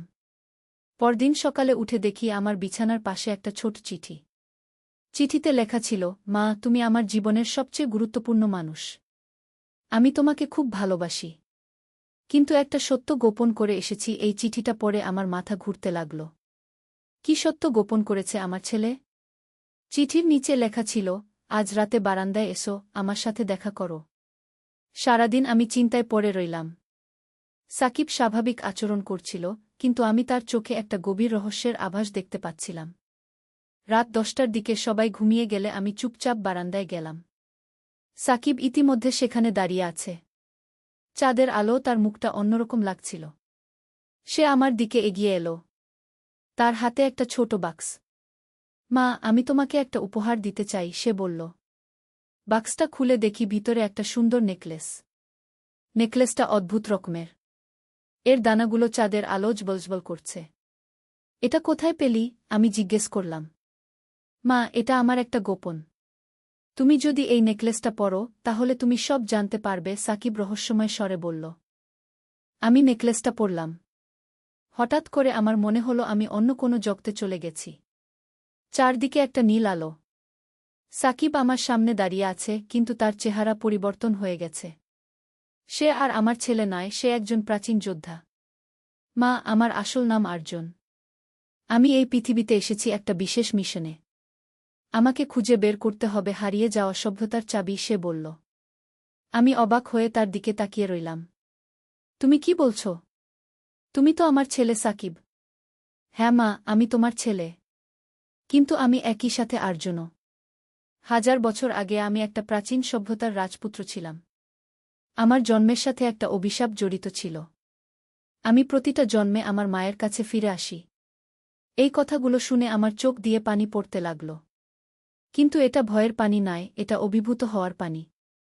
আমার ছেলে একজন প্রাচীন রাজপুত্র। কিন্তু তোমার মিশন কি? আমি জিজ্ঞেস করলাম। মা, আমাকে খুঁজে বের করতে হবে ৭টি জাদুকরি পাথর। এই পাথরগুলো দিয়ে আমি আমার হারিয়ে যাওয়া রাজ্য আবার ফিরে পাব। কিন্তু এই মিশনে আমার সাহায্য দরকার। আর সেই সাহায্য পাব তোমার কাছ থেকে। আমি বুঝতে পারলাম কেন সাকিব সবসময় আমার প্রতি এত যত্নশীল থাকে। সে আমার ছেলে, কিন্তু একই সাথে একজন প্রাচীন যোদ্ধাও। আমি তোমাকে সাহায্য করব, আমি বললাম। পরদিন থেকে আমাদের অদ্ভুত অ্যাডভেঞ্চার শুরু হল। সাকিব আমাকে বলল যে প্রথম পাথরটা আছে আমাদের শহরের পুরাতন মিউজিয়ামে। কিন্তু সেটা পাওয়া মোটেও সহজ নয়। আমরা পরিকল্পনা করলাম রাতের অন্ধকারে মিউজিয়ামে ঢুকব। ফারুক আর রিনা কিছুই জানত না। তারা ভাবত আমরা মাছেলে একসাথে সিনেমা দেখতে গেছি। রাত ১২টার দিকে আমরা মিউজিয়ামের সামনে পৌঁছলাম। সাকিব তার জাদুকরি শক্তি ব্যবহার করে দরজা খুলে দিল। ভিতরে ঢুকে দেখি পুরো মিউজিয়াম একটা নীল আলো ভরে গেছে। মা, পাথরটা এই মিউজিয়ামের গভীরে লুকিয়ে আছে। কিন্তু সেখানে পৌঁছতে হলে আমাদের অনেকগুলো বাধা অতিক্রম করতে হবে, সাকিব বলল। আমরা এগিয়ে চললাম। প্রথম বাধা ছিল একটা বিশাল দরজা। দরজায় লেখা ছিল একটা ধাঁধা, যে মায়ের ভালোবাসা সন্তানের থেকে বেশি, সেই মা এই দরজা খুলতে পারবে। আমি দরজায় হাত রাখলাম। হঠাৎ দরজা খুলে গেল। সাকিব আমার দিকে তাকিয়ে হাসল। আমি জানতাম তুমি পারবে মা। দ্বিতীয় বাধা ছিল একটা জাদুকরি নদী। নদীর পানিতে হাজারো মুখ ভেসে উঠছে। সাকিব বলল, এই নদী পার হতে হলে আমাদের ভয়ের মুখোমুখি হতে হবে। আমরা নদীতে নামলাম। পানিতে নামতেই আমি দেখতে পেলাম আমার সবচেয়ে বড় ভয়গুলো। ছোটবেলায় আমি অন্ধকার থেকে ভয় পেতাম, উঁচু জায়গা থেকে ভয় পেতাম। কিন্তু সাকিব আমার হাত ধরে রাখল। তার স্পর্শে আমার সব ভয় কেটে গেল। তৃতীয় বাধা ছিল একটা জাদুকরি আয়না। আয়নায় আমি দেখলাম আমার অতীত, বর্তমান। সাকিব বাক্সটা খুলে পাথরটা নিয়ে নিল। পাথর হাতে নেওয়ার সাথে সাথে পুরো মিউজিয়াম কাঁপতে লাগল। আমরা দৌড়ে বের হয়ে এলাম। বাড়িতে ফিরে সাকিব আমাকে বলল, মা, এটা ছিল প্রথম পাথর। আরও 6টা পাথর খুঁজে বের করতে হবে। পরবর্তী কয়েকদিন আমরা দ্বিতীয় পাথরের খোঁজে বের হলাম। এইবার আমাদের যেতে হলো শহরের বাইরে একটা পুরাতন দুর্গে। দুর্গটা প্রায় ভেঙে পড়েছে, কিন্তু সাকিব বলল, এখানেই আছে দ্বিতীয় পাথর। দুর্গে পৌঁছে দেখি সেখানে অনেক রহস্যময় ঘটনা ঘটছে। দুর্গের দেয়ালে নিজে থেকেই আলো জ্বলছে। হাওয়া ছাড়াই দরজা খুলে যাচ্ছে। সাকিব বলল, এই দুর্গে একজন প্রাচীন রক্ষক আছে। তার সাথে আমাদের লড়াই করতে হবে। দুর্গের ভিতরে ঢুকতেই আমরা দেখলাম একজন বিশাল আকৃতির যোদ্ধা। তার চোখ দুটো আগুনের মতো জ্বলছে। সে একটা তলোয়ার নিয়ে আমাদের দিকে এগিয়ে আসল। সাকিব তার জাদুকরি শক্তি ব্যবহার করে যোদ্ধার সাথে লড়াই করতে লাগল। কিন্তু যোদ্ধা অনেক শক্তিশালী। এক সময় সাকিব ক্লান্ত হয়ে পড়ল। আমি বুঝতে পারলাম আমাকেই কিছু করতে হবে। আমার গলার নেকলেসটা হঠাৎ উজ্জ্বল হয়ে উঠল। আমি যোদ্ধার দিকে এগিয়ে গেলাম। আমি একজন মা। আমার ছেলেকে কেউ কষ্ট দিতে পারবে না, আমি চিৎকার করে বললাম। হঠাৎ করে যোদ্ধা থেমে গেল। তার আগুনের চোখ শান্ত হয়ে গেল। সে আমার সামনে মাথা নত করে দাঁড়াল। ক্ষমা করুন, মা। আমি বুঝতে পারিনি যে আপনি একজন প্রকৃত মা। মায়ের ভালোবাসার কাছে সব শক্তি ছোট, যোদ্ধা বলল। যোদ্ধা আমাদের দ্বিতীয় পাথরটা দিয়ে দিল। এই পাথরটা ছিল লাল রঙের। সাকিব পাথরটা নিয়ে খুশি হয়ে গেল। এভাবে আমরা একের পর এক পাথর খুঁজে বের করতে লাগলাম। তৃতীয় পাথর পেলাম একটা পুরাতন গির্জায়, চতুর্থ পাথর পেলাম একটা পরিত্যক্ত বাড়িতে, পঞ্চম পাথর পেলাম সমুদ্রের তলায়, ষষ্ঠ পাথর পেলাম পাহাড়ের চূড়ায়। সবচেয়ে কঠিন ছিল সপ্তম পাথর খোঁজা। সাকিব বলল, মা, শেষ পাথরটা পেতে হলে আমাদের যেতে হবে অন্য একটা মাত্রায়। অন্য মাত্রা মানে? আমি জিজ্ঞেস করলাম। আমাদের যেতে হবে সেই জগতে যেখানে আমার আসল রাজ্য ছিল। কিন্তু সেখানে যেতে হলে আমাদের শরীর ছেড়ে আত্মিকভাবে যেতে হবে। আমি ভয় পেয়ে গেলাম। তার মানে আমরা মরে যাব? না মা, আমরা মরব না। কিছু সময়ের জন্য আমাদের আত্মা শরীর ছেড়ে অন্য জগতে যাবে। আমি সাকিবকে বিশ্বাস করলাম। আমরা আমাদের বিছানায় শুয়ে পড়লাম। সাকিব একটা জাদুমন্ত্র পড়ল। হঠাৎ করে আমার মনে হলো আমি উড়ে যাচ্ছি। পরক্ষণেই আমরা পৌঁছলাম এক অপরূপ জগতে। সেখানে সবকিছু সোনালি রঙের। আকাশে দুটো সূর্য। পাহাড়গুলো রত্নের মতো জ্বলজ্বল করছে। এটাই আমার আসল রাজ্য, সাকিব বলল। কিন্তু এখন এটা ধ্বংস হয়ে গেছে। অভিশাপের কারণে সবকিছু নষ্ট হয়ে গেছে। আমরা এগিয়ে চললাম। অনেক দূরে একটা প্রাসাদের ধ্বংসাবশেষ দেখতে পেলাম। সেখানে গিয়ে দেখি একটা সিংহাসন। সিংহাসনের উপর একটা মুকুট। এই মুকুটের মাঝখানে আছে সপ্তম পাথর, সাকিব বলল। কিন্তু মুকুট নেওয়ার সাথে সাথে একটা ভয়ঙ্কর শব্দ হল। আকাশ থেকে একটা দানব নেমে এলো। দানবটা দেখতে ভয়ঙ্কর। তার চোখ থেকে আগুন বের হচ্ছে। তুমি কিভাবে এখানে এলে, আর্জুন? তোমার তো এখানে আসার কথা নয়, দানব রেগে বলল। আমি এসেছি আমার রাজ্য ফিরে নিতে, সাকিব সাহসের সাথে বলল। তুমি পারবে না। তোমার শক্তি এখনো পূর্ণ হয়নি, দানব হাসতে হাসতে বলল। এই সময় আমার নেকলেস আবার জ্বলে উঠল। আমি বুঝতে পারলাম আমার একটা বিশেষ ভূমিকা আছে। আমি সাকিবের মা। তার শক্তির উৎস আমি। একজন মায়ের ভালোবাসা সব অভিশাপ থেকে বড়, আমি উচ্চস্বরে বললাম। আমার কথা শুনে দানব থমকে দাঁড়াল। আমি সাকিবের দিকে এগিয়ে গিয়ে তার হাত ধরলাম। আমাদের স্পর্শে একটা উজ্জ্বল আলো বের হল। সেই আলোর সামনে দানব টিকতে পারল না। সে চিৎকার করে উধাও হয়ে গেল। সাকিব মুকুট থেকে সপ্তম পাথর বের করল। 7টা পাথর একসাথে রাখতেই পুরো রাজ্য আবার জীবন্ত হয়ে উঠল। ধ্বংসপ্রাসাদ আবার নতুন হয়ে গেল। সোনালি আকাশ আরও উজ্জ্বল হয়ে উঠল। মা, আমার রাজ্য ফিরে এসেছে। এখন আমি আমার আসল রূপে ফিরে যেতে পারি, সাকিব বলল। কিন্তু আমার মনে প্রশ্ন জাগল। তাহলে তুমি কি আর আমার সাথে থাকবে না? মা, তুমিই তো আমার রানীমা হবে। এই রাজ্যেই আমরা থাকব। তবে মাঝে মাঝে পৃথিবীতেও যাব। আমি খুশি হয়ে গেলাম। আমার ছেলে একজন রাজা, আর আমি তার রানীমা। আমরা পৃথিবীতে ফিরে এলাম। ফারুক আর রিনা কিছুই টের পায়নি। তারা ভাবল আমরা সারারাত ঘুমিয়েছিলাম। কিন্তু আমি জানি আমার জীবন পুরোপুরি বদলে গেছে। আমার ছেলে এখন একজন রাজা। আর আমি তার রানীমা। পরের কয়েকদিন আমি লক্ষ্য করলাম সাকিবের মধ্যে অনেক পরিবর্তন এসেছে। তার চোখে এক অন্যরকম তেজ। তার কথাবার্তায় রাজকীয় ভাব। কিন্তু আমার প্রতি তার ভালোবাসা আরও বেড়ে গেছে। একদিন সন্ধ্যায় সাকিব আমাকে বলল, মা, আমাদের রাজ্যে একটা উৎসব আছে। সেখানে তোমাকে রানীমা হিসেবে মুকুট পরানো হবে। কিন্তু রিনা আর তোমার বাবা? আমি চিন্তিত গলা জিজ্ঞেস করলাম। মা, তারাও জানবে। আস্তে আস্তে তারাও আমাদের রাজ্যের অংশ হয়ে যাবে। রিনাও একজন রাজকুমারী হবে। আর বাবা হবেন আমার প্রধানমন্ত্রী, সাকিব হাসতে হাসতে বলল। সেই রাতে আমরা আবার সেই জাদুর জগতে গেলাম। এবার পুরো পরিবার নিয়ে। ফারুক আর রিনা প্রথমে ভয় পেয়েছিল, কিন্তু পরে তারাও মজা পেতে লাগল। রাজ্যে পৌঁছে দেখি বিশাল উৎসবের আয়োজন। হাজারো মানুষ। সবাই আমাদের স্বাগত জানানোর জন্য অপেক্ষা করছে। একটা বিশাল মঞ্চে আমাকে বসানো হল। সাকিব রাজার পোশাক পরে আমার পাশে দাঁড়াল। একজন পুরোহিত এসে আমার মাথায় একটা সুন্দর মুকুট পরিয়ে দিলেন। আজ থেকে আপনি আমাদের রানীমা, পুরোহিত বললেন। সবাই হাততালি দিতে লাগল। আমার চোখে খুশির পানি এসে গেল। আমি কখনো ভাবিনি যে আমার জীবনে এমন অবিশ্বাস্য ঘটনা ঘটবে। রিনাকেও রাজকুমারীর পোশাক পরানো হল। সে খুব খুশি হয়ে নাচতে লাগল। ফারুকও প্রধানমন্ত্রীর পোশাক পেয়ে গর্বিত হয়ে গেল। উৎসবের পর সাকিব আমাকে রাজপ্রাসাদ ঘুরিয়ে দেখাল। প্রাসাদের প্রতিটি কক্ষ অপরূপ সুন্দর। একটা কক্ষে অসংখ্য বই।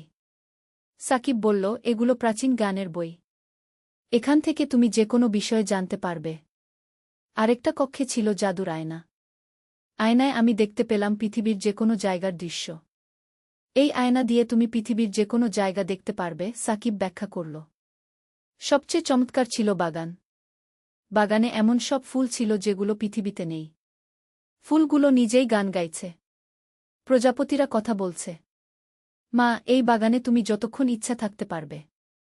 এখানে থাকলে তুমি কখনো বুড়ো হবে না, অসুস্থ হবে না, সাকিব বলল। আমি অভিভূত হয়ে গেলাম। এমন জীবন আমি কল্পনাও করতে পারিনি। পরদিন সকালে আমরা আবার পৃথিবীতে ফিরে এলাম। কিন্তু এখন আমাদের জীবনে একটা নতুন মাত্রা যুক্ত হয়েছে। আমরা যখন ইচ্ছা তখনই সেই জাদুর রাজ্যে চলে যেতে পারি। সাকিব তার পড়াশোনা চালিয়ে যাচ্ছে, কিন্তু সে এখন একজন রাজাও। রাতের বেলা সে তার রাজ্যের কাজকর্ম দেখাশোনা করে। রিনাও তার স্কুলে যাচ্ছে, কিন্তু সে এখন জানে যে সে একজন রাজকুমারী। তার পড়াশোনায় অনেক উন্নতি হয়েছে। কারণ সে এখন জাদুর বই পড়তে পারে। ফারুক তার অফিসের কাজ করে, কিন্তু সে এখন একজন প্রধানমন্ত্রীও। তার সিদ্ধান্ত নেওয়ার ক্ষমতা অনেক বেড়ে গেছে। আর আমি এখন একজন রানীমা। আমার ভেতর এক অন্যরকম শক্তি এসেছে। আমি এখন অনেক কিছু বুঝতে পারি যা আগে পারতাম না। একদিন আমি বুঝতে পারলাম যে আমাদের পাড়ার অনেক মানুষের সমস্যা আছে। কারো অসুখ, কারো টাকার সমস্যা, কারো পারিবারিক সমস্যা। আমি সাকিবকে বললাম, আমরা কি তাদের সাহায্য করতে পারি? অবশ্যই মা। আমাদের জাদুর শক্তি দিয়ে আমরা তাদের সাহায্য করতে পারি, সাকিব উৎসাহিত হয়ে বলল। আমরা গোপনে পাড়ার মানুষদের সাহায্য করতে শুরু করলাম। যার অসুখ, তার জন্য আমরা জাদুর ওষুধ নিয়ে এলাম। যার টাকার সমস্যা, তার জন্য আমরা কিছু সোনার মুদ্রা রেখে দিলাম। যার পারিবারিক সমস্যা, তার জন্য আমরা সমাধানের পথ বাতলে দিলাম। মানুষ অবাক হয়ে যেত। তারা বুঝতে পারত না কিভাবে তাদের সমস্যার সমাধান হয়ে যাচ্ছে। কিন্তু আমরা কখনো প্রকাশ করিনি যে আমরাই তাদের সাহায্য করছি। এভাবে কেটে গেল কয়েক মাস। আমাদের জীবন হয়ে উঠেছে অপূর্ব সুন্দর। আমি একজন সাধারণ গৃহিণী থেকে হয়ে উঠেছি একজন রানীমা। আমার ছেলে একজন সাধারণ কলেজ ছাত্র থেকে হয়ে উঠেছে একজন রাজা। কিন্তু একদিন একটা নতুন সমস্যা দেখা দিল। সাকিব আমাকে বলল, মা, আমাদের রাজ্যে একটা নতুন বিপদ এসেছে। অন্য একটা রাজ্য থেকে শত্রুরা আক্রমণ করতে চাচ্ছে। কি করব এখন? আমি চিন্তিত হয়ে জিজ্ঞেস করলাম। আমাদের লড়াই করতে হবে। কিন্তু এই লড়াইয়ে তোমার সাহায্য দরকার। তোমার মাতৃশক্তি ছাড়া আমি জিততে পারব না। আমি সাহস করে বললাম, আমি তোমার সাথে আছি। আমরা একসাথে যে কোনো শত্রুর মোকাবেলা করতে পারব। সেদিন রাতেই আমরা যুদ্ধের জন্য প্রস্তুত হলাম। আমি রানীর বর্ম পরলাম, সাকিব রাজার পোশাক পরল। ফারুক আর রিনাও আমাদের সাথে যুদ্ধে অংশ নিল। যুদ্ধক্ষেত্রে পৌঁছে দেখি বিশাল সেনাবাহিনী। শত্রুদের রাজা একজন ভয়ঙ্কর যোদ্ধা। তার নাম মহাকাল। যুদ্ধ শুরু হয়ে গেল। আমাদের সৈন্যরা বীরত্বের সাথে লড়াই করছে। কিন্তু মহাকালের শক্তি অনেক বেশি। এক সময় সাকিব মহাকালের সাথে সরাসরি যুদ্ধে নামল। কিন্তু মহাকাল অনেক বেশি শক্তিশালী প্রমাণিত হল। সাকিব আহত হয়ে পড়ে গেল। আমি বুঝতে পারলাম এখন আমাকেই এগিয়ে যেতে হবে। আমি মহাকালের সামনে দাঁড়ালাম। তুমি একজন মহিলা, তুমি কি করতে পারবে? মহাকাল হেসে বলল। আমি একজন মা।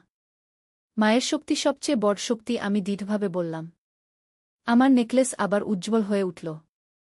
এবার আলোটা এত শক্তিশালী ছিল যে এভাবেই আমার অবিশ্বাস্য জীবনের গল্প। আমি একজন সাধারণ গৃহিণী থেকে হয়ে উঠেছি একজন বীর রানীমা। আমার ছেলে সাকিব একজন মহাবীর রাজা হয়েছে। আমাদের পরিবার এখন দুটি জগতে বাস করে, একটি সাধারণ পৃথিবী আর একটি জাদুর রাজ্য।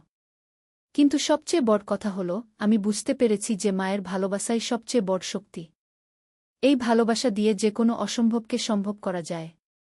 এখনও মাঝে মাঝে রাতের বেলা যখন সাকিব আমার কপালে হাত রাখে আর বলে, মা, তুমি আমার জীবনের সবচেয়ে প্রিয় মানুষ, তখন আমি বুঝতে পারি যে আমার জীবনটা কত সুন্দর হয়ে উঠেছে। আর যখন সে আমার চুলে হাত বুলিয়ে বলে, মা, আমি চাই সারা জীবন তোমার সেবা করতে, তখন আমি অনুভব করি যে আমি পৃথিবীর সবচেয়ে ভাগ্যবান মা। এই গল্পের মাধ্যমে আমি সবাইকে বলতে চাই যে মায়ের ভালোবাসা একটা জাদুর মতো। এই ভালোবাসা যে কোনো অসম্ভবকে সম্ভব করতে পারে। আর সন্তানের মায়ের প্রতি ভালোবাসাও অসীম। এই দুই ভালোবাসা মিলে পৃথিবীর যে কোনো সমস্যার সমাধান করা যায়। আমার এই অভিজ্ঞতা থেকে আমি শিখেছি যে পারিবারিক বন্ধনই হল আমাদের সবচেয়ে বড় সম্পদ। এই বন্ধন আমাদের শক্তি দেয়, সাহস দেয়, আর যে কোনো কঠিন পরিস্থিতির মুখোমুখি হওয়ার ক্ষমতা দেয়। তাই আমি সবাইকে বলব, আপনাদের পরিবারের প্রতি ভালোবাসা আর যত্ন বজায় রাখুন। কারণ এই ভালোবাসাই পারে আপনাদের জীবনে অলৌকিক ঘটনা ঘটাতে। আমার গল্প এখানেই শেষ। কিন্তু আমার এই নতুন জীবন এখনও চলমান। প্রতিদিনই নতুন কোনো অ্যাডভেঞ্চার, নতুন কোনো রহস্য আমাদের জন্য অপেক্ষা করে থাকে। আর আমি জানি সাকিব আর আমাদের পরিবারের ভালোবাসা নিয়ে আমরা যে কোনো চ্যালেঞ্জের মুখোমুখি হতে পারব। এই ছিল আমার অবিশ্বাস্য কিন্তু সত্যি গল্প। আশা করি আপনাদের ভালো লেগেছে। আর মনে রাখবেন, পরিবারের ভালোবাসাই আমাদের সবচেয়ে বড় শক্তি। আল ফুরকানের যুদ্ধ। হক ও বাতিলের মহাসংগ্রাম। প্রথম অধ্যায়, আধারের পূর্বাভাস। হিজরি ৮৮৫ সালের শীতকাল। আন্দালুসিয়ার সুবর্ণ প্রান্তরে তখনও শর্তের শেষ রং লেগে আছে। কর্দোবার মহান মসজিদের মিনার থেকে ফজরের আয়ান ভেসে আসছে। কিন্তু এই শান্ত সকালেও বাতাসে যেন একটা অশুভ গন্ধ। পূর্ব দিগন্তে কালো মেঘ জমছে, শুধু আকাশে নয়, ইতিহাসেও। আমির আবদুল্লাহ ইবনে মুহাম্মদ আল আন্দালুসি তার প্রাসাদের ছাদে দাঁড়িয়ে সূর্যোদয় দেখছিলেন। তার চোখে চিন্তার ছায়া। গত সপ্তাহে যে খবর এসেছে তা তাকে রাতের পর রাত জাগিয়ে রেখেছে।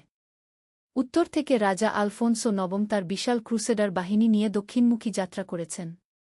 এবার তার লক্ষ্য শুধু কোনো দুর্গ বা শহর নয়, পুরো আন্দালুসিয়াকে মুসলিম শাসন থেকে মুক্ত করা। আমির সাহেব।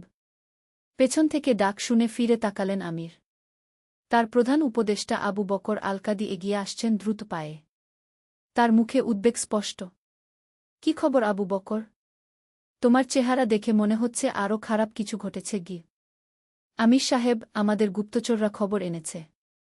আলফোনসোর সৈন্য সংখ্যা আমাদের ধারণার চেয়েও বেশি। প্রায় ৫০,০০০ ভারী অস্ত্রসজ্জিত যোদ্ধা। তার সাথে আছে পোপের বিশেষ আশীর্বাদপ্রাপ্ত ধর্মযোদ্ধারা। আমির গভীর নিঃশ্বাস ফেললেন। তার সৈন্য সংখ্যা মাত্র ২৫,০০০। সংখ্যায় প্রায় অর্ধেক। আর একটা কথা আমির সাহেব, আবু বকর একটু থামলেন, তাদের কাছে নতুন ধরনের যুদ্ধযন্ত্র আছে। গ্রিক আগুন আর বিশালাকার ক্যাটাপল্ট। আমির কিছুক্ষণ চুপ থাকলেন। তারপর দৃঢ় গলায় বললেন, আল্লাহ তাআলা বলেছেন, কত ছোট দল বিশাল দলের উপর বিজয়ী হয়েছে। আল্লাহর হুকুমে আমরা সংখ্যায় কম হতে পারি, কিন্তু আমাদের সাথে আছে আল্লাহর সাহায্য। সেনাপতিদের ডেকে আনগু। দ্বিতীয় অধ্যায়, যুদ্ধের প্রস্তুতি। সন্ধ্যার সময় আমিরের দরবার হলে জমায়েত হলেন সকল সেনাপতি ও প্রভাবশালী ব্যক্তিরা। আলোকিত হলের মাঝখানে একটা বিশাল মানচিত্র বিছানো। আমির সবার সামনে দাঁড়িয়ে বললেন, হে মুজাহিদিন, আল্লাহর পথে যুদ্ধকারীগণ, আজ আমাদের সামনে এমন এক চ্যালেঞ্জ এসেছে যা নির্ধারণ করবে আগামী শতাব্দীর ভাগ্য। আলফোনসোর বাহিনী শুধু আমাদের ভূমি দখল করতে আসেনি, তারা এসেছে ইসলামের শেষ চিহ্নটুকু মুছে ফেলতে। হলে নীরবতা। সবার চোখে দৃঢ়তা আর একটু ভয় মিশে আছে। কিন্তু আমি তোমাদের মনে করিয়ে দিতে চাই বদর, উহুদ আর ইয়ারমুকের কথা। সেখানেও মুসলমানরা সংখ্যায় কম ছিল, কিন্তু তাদের হৃদয়ে ছিল আল্লাহর উপর পূর্ণ আস্থা আর জান্নাতের আশা।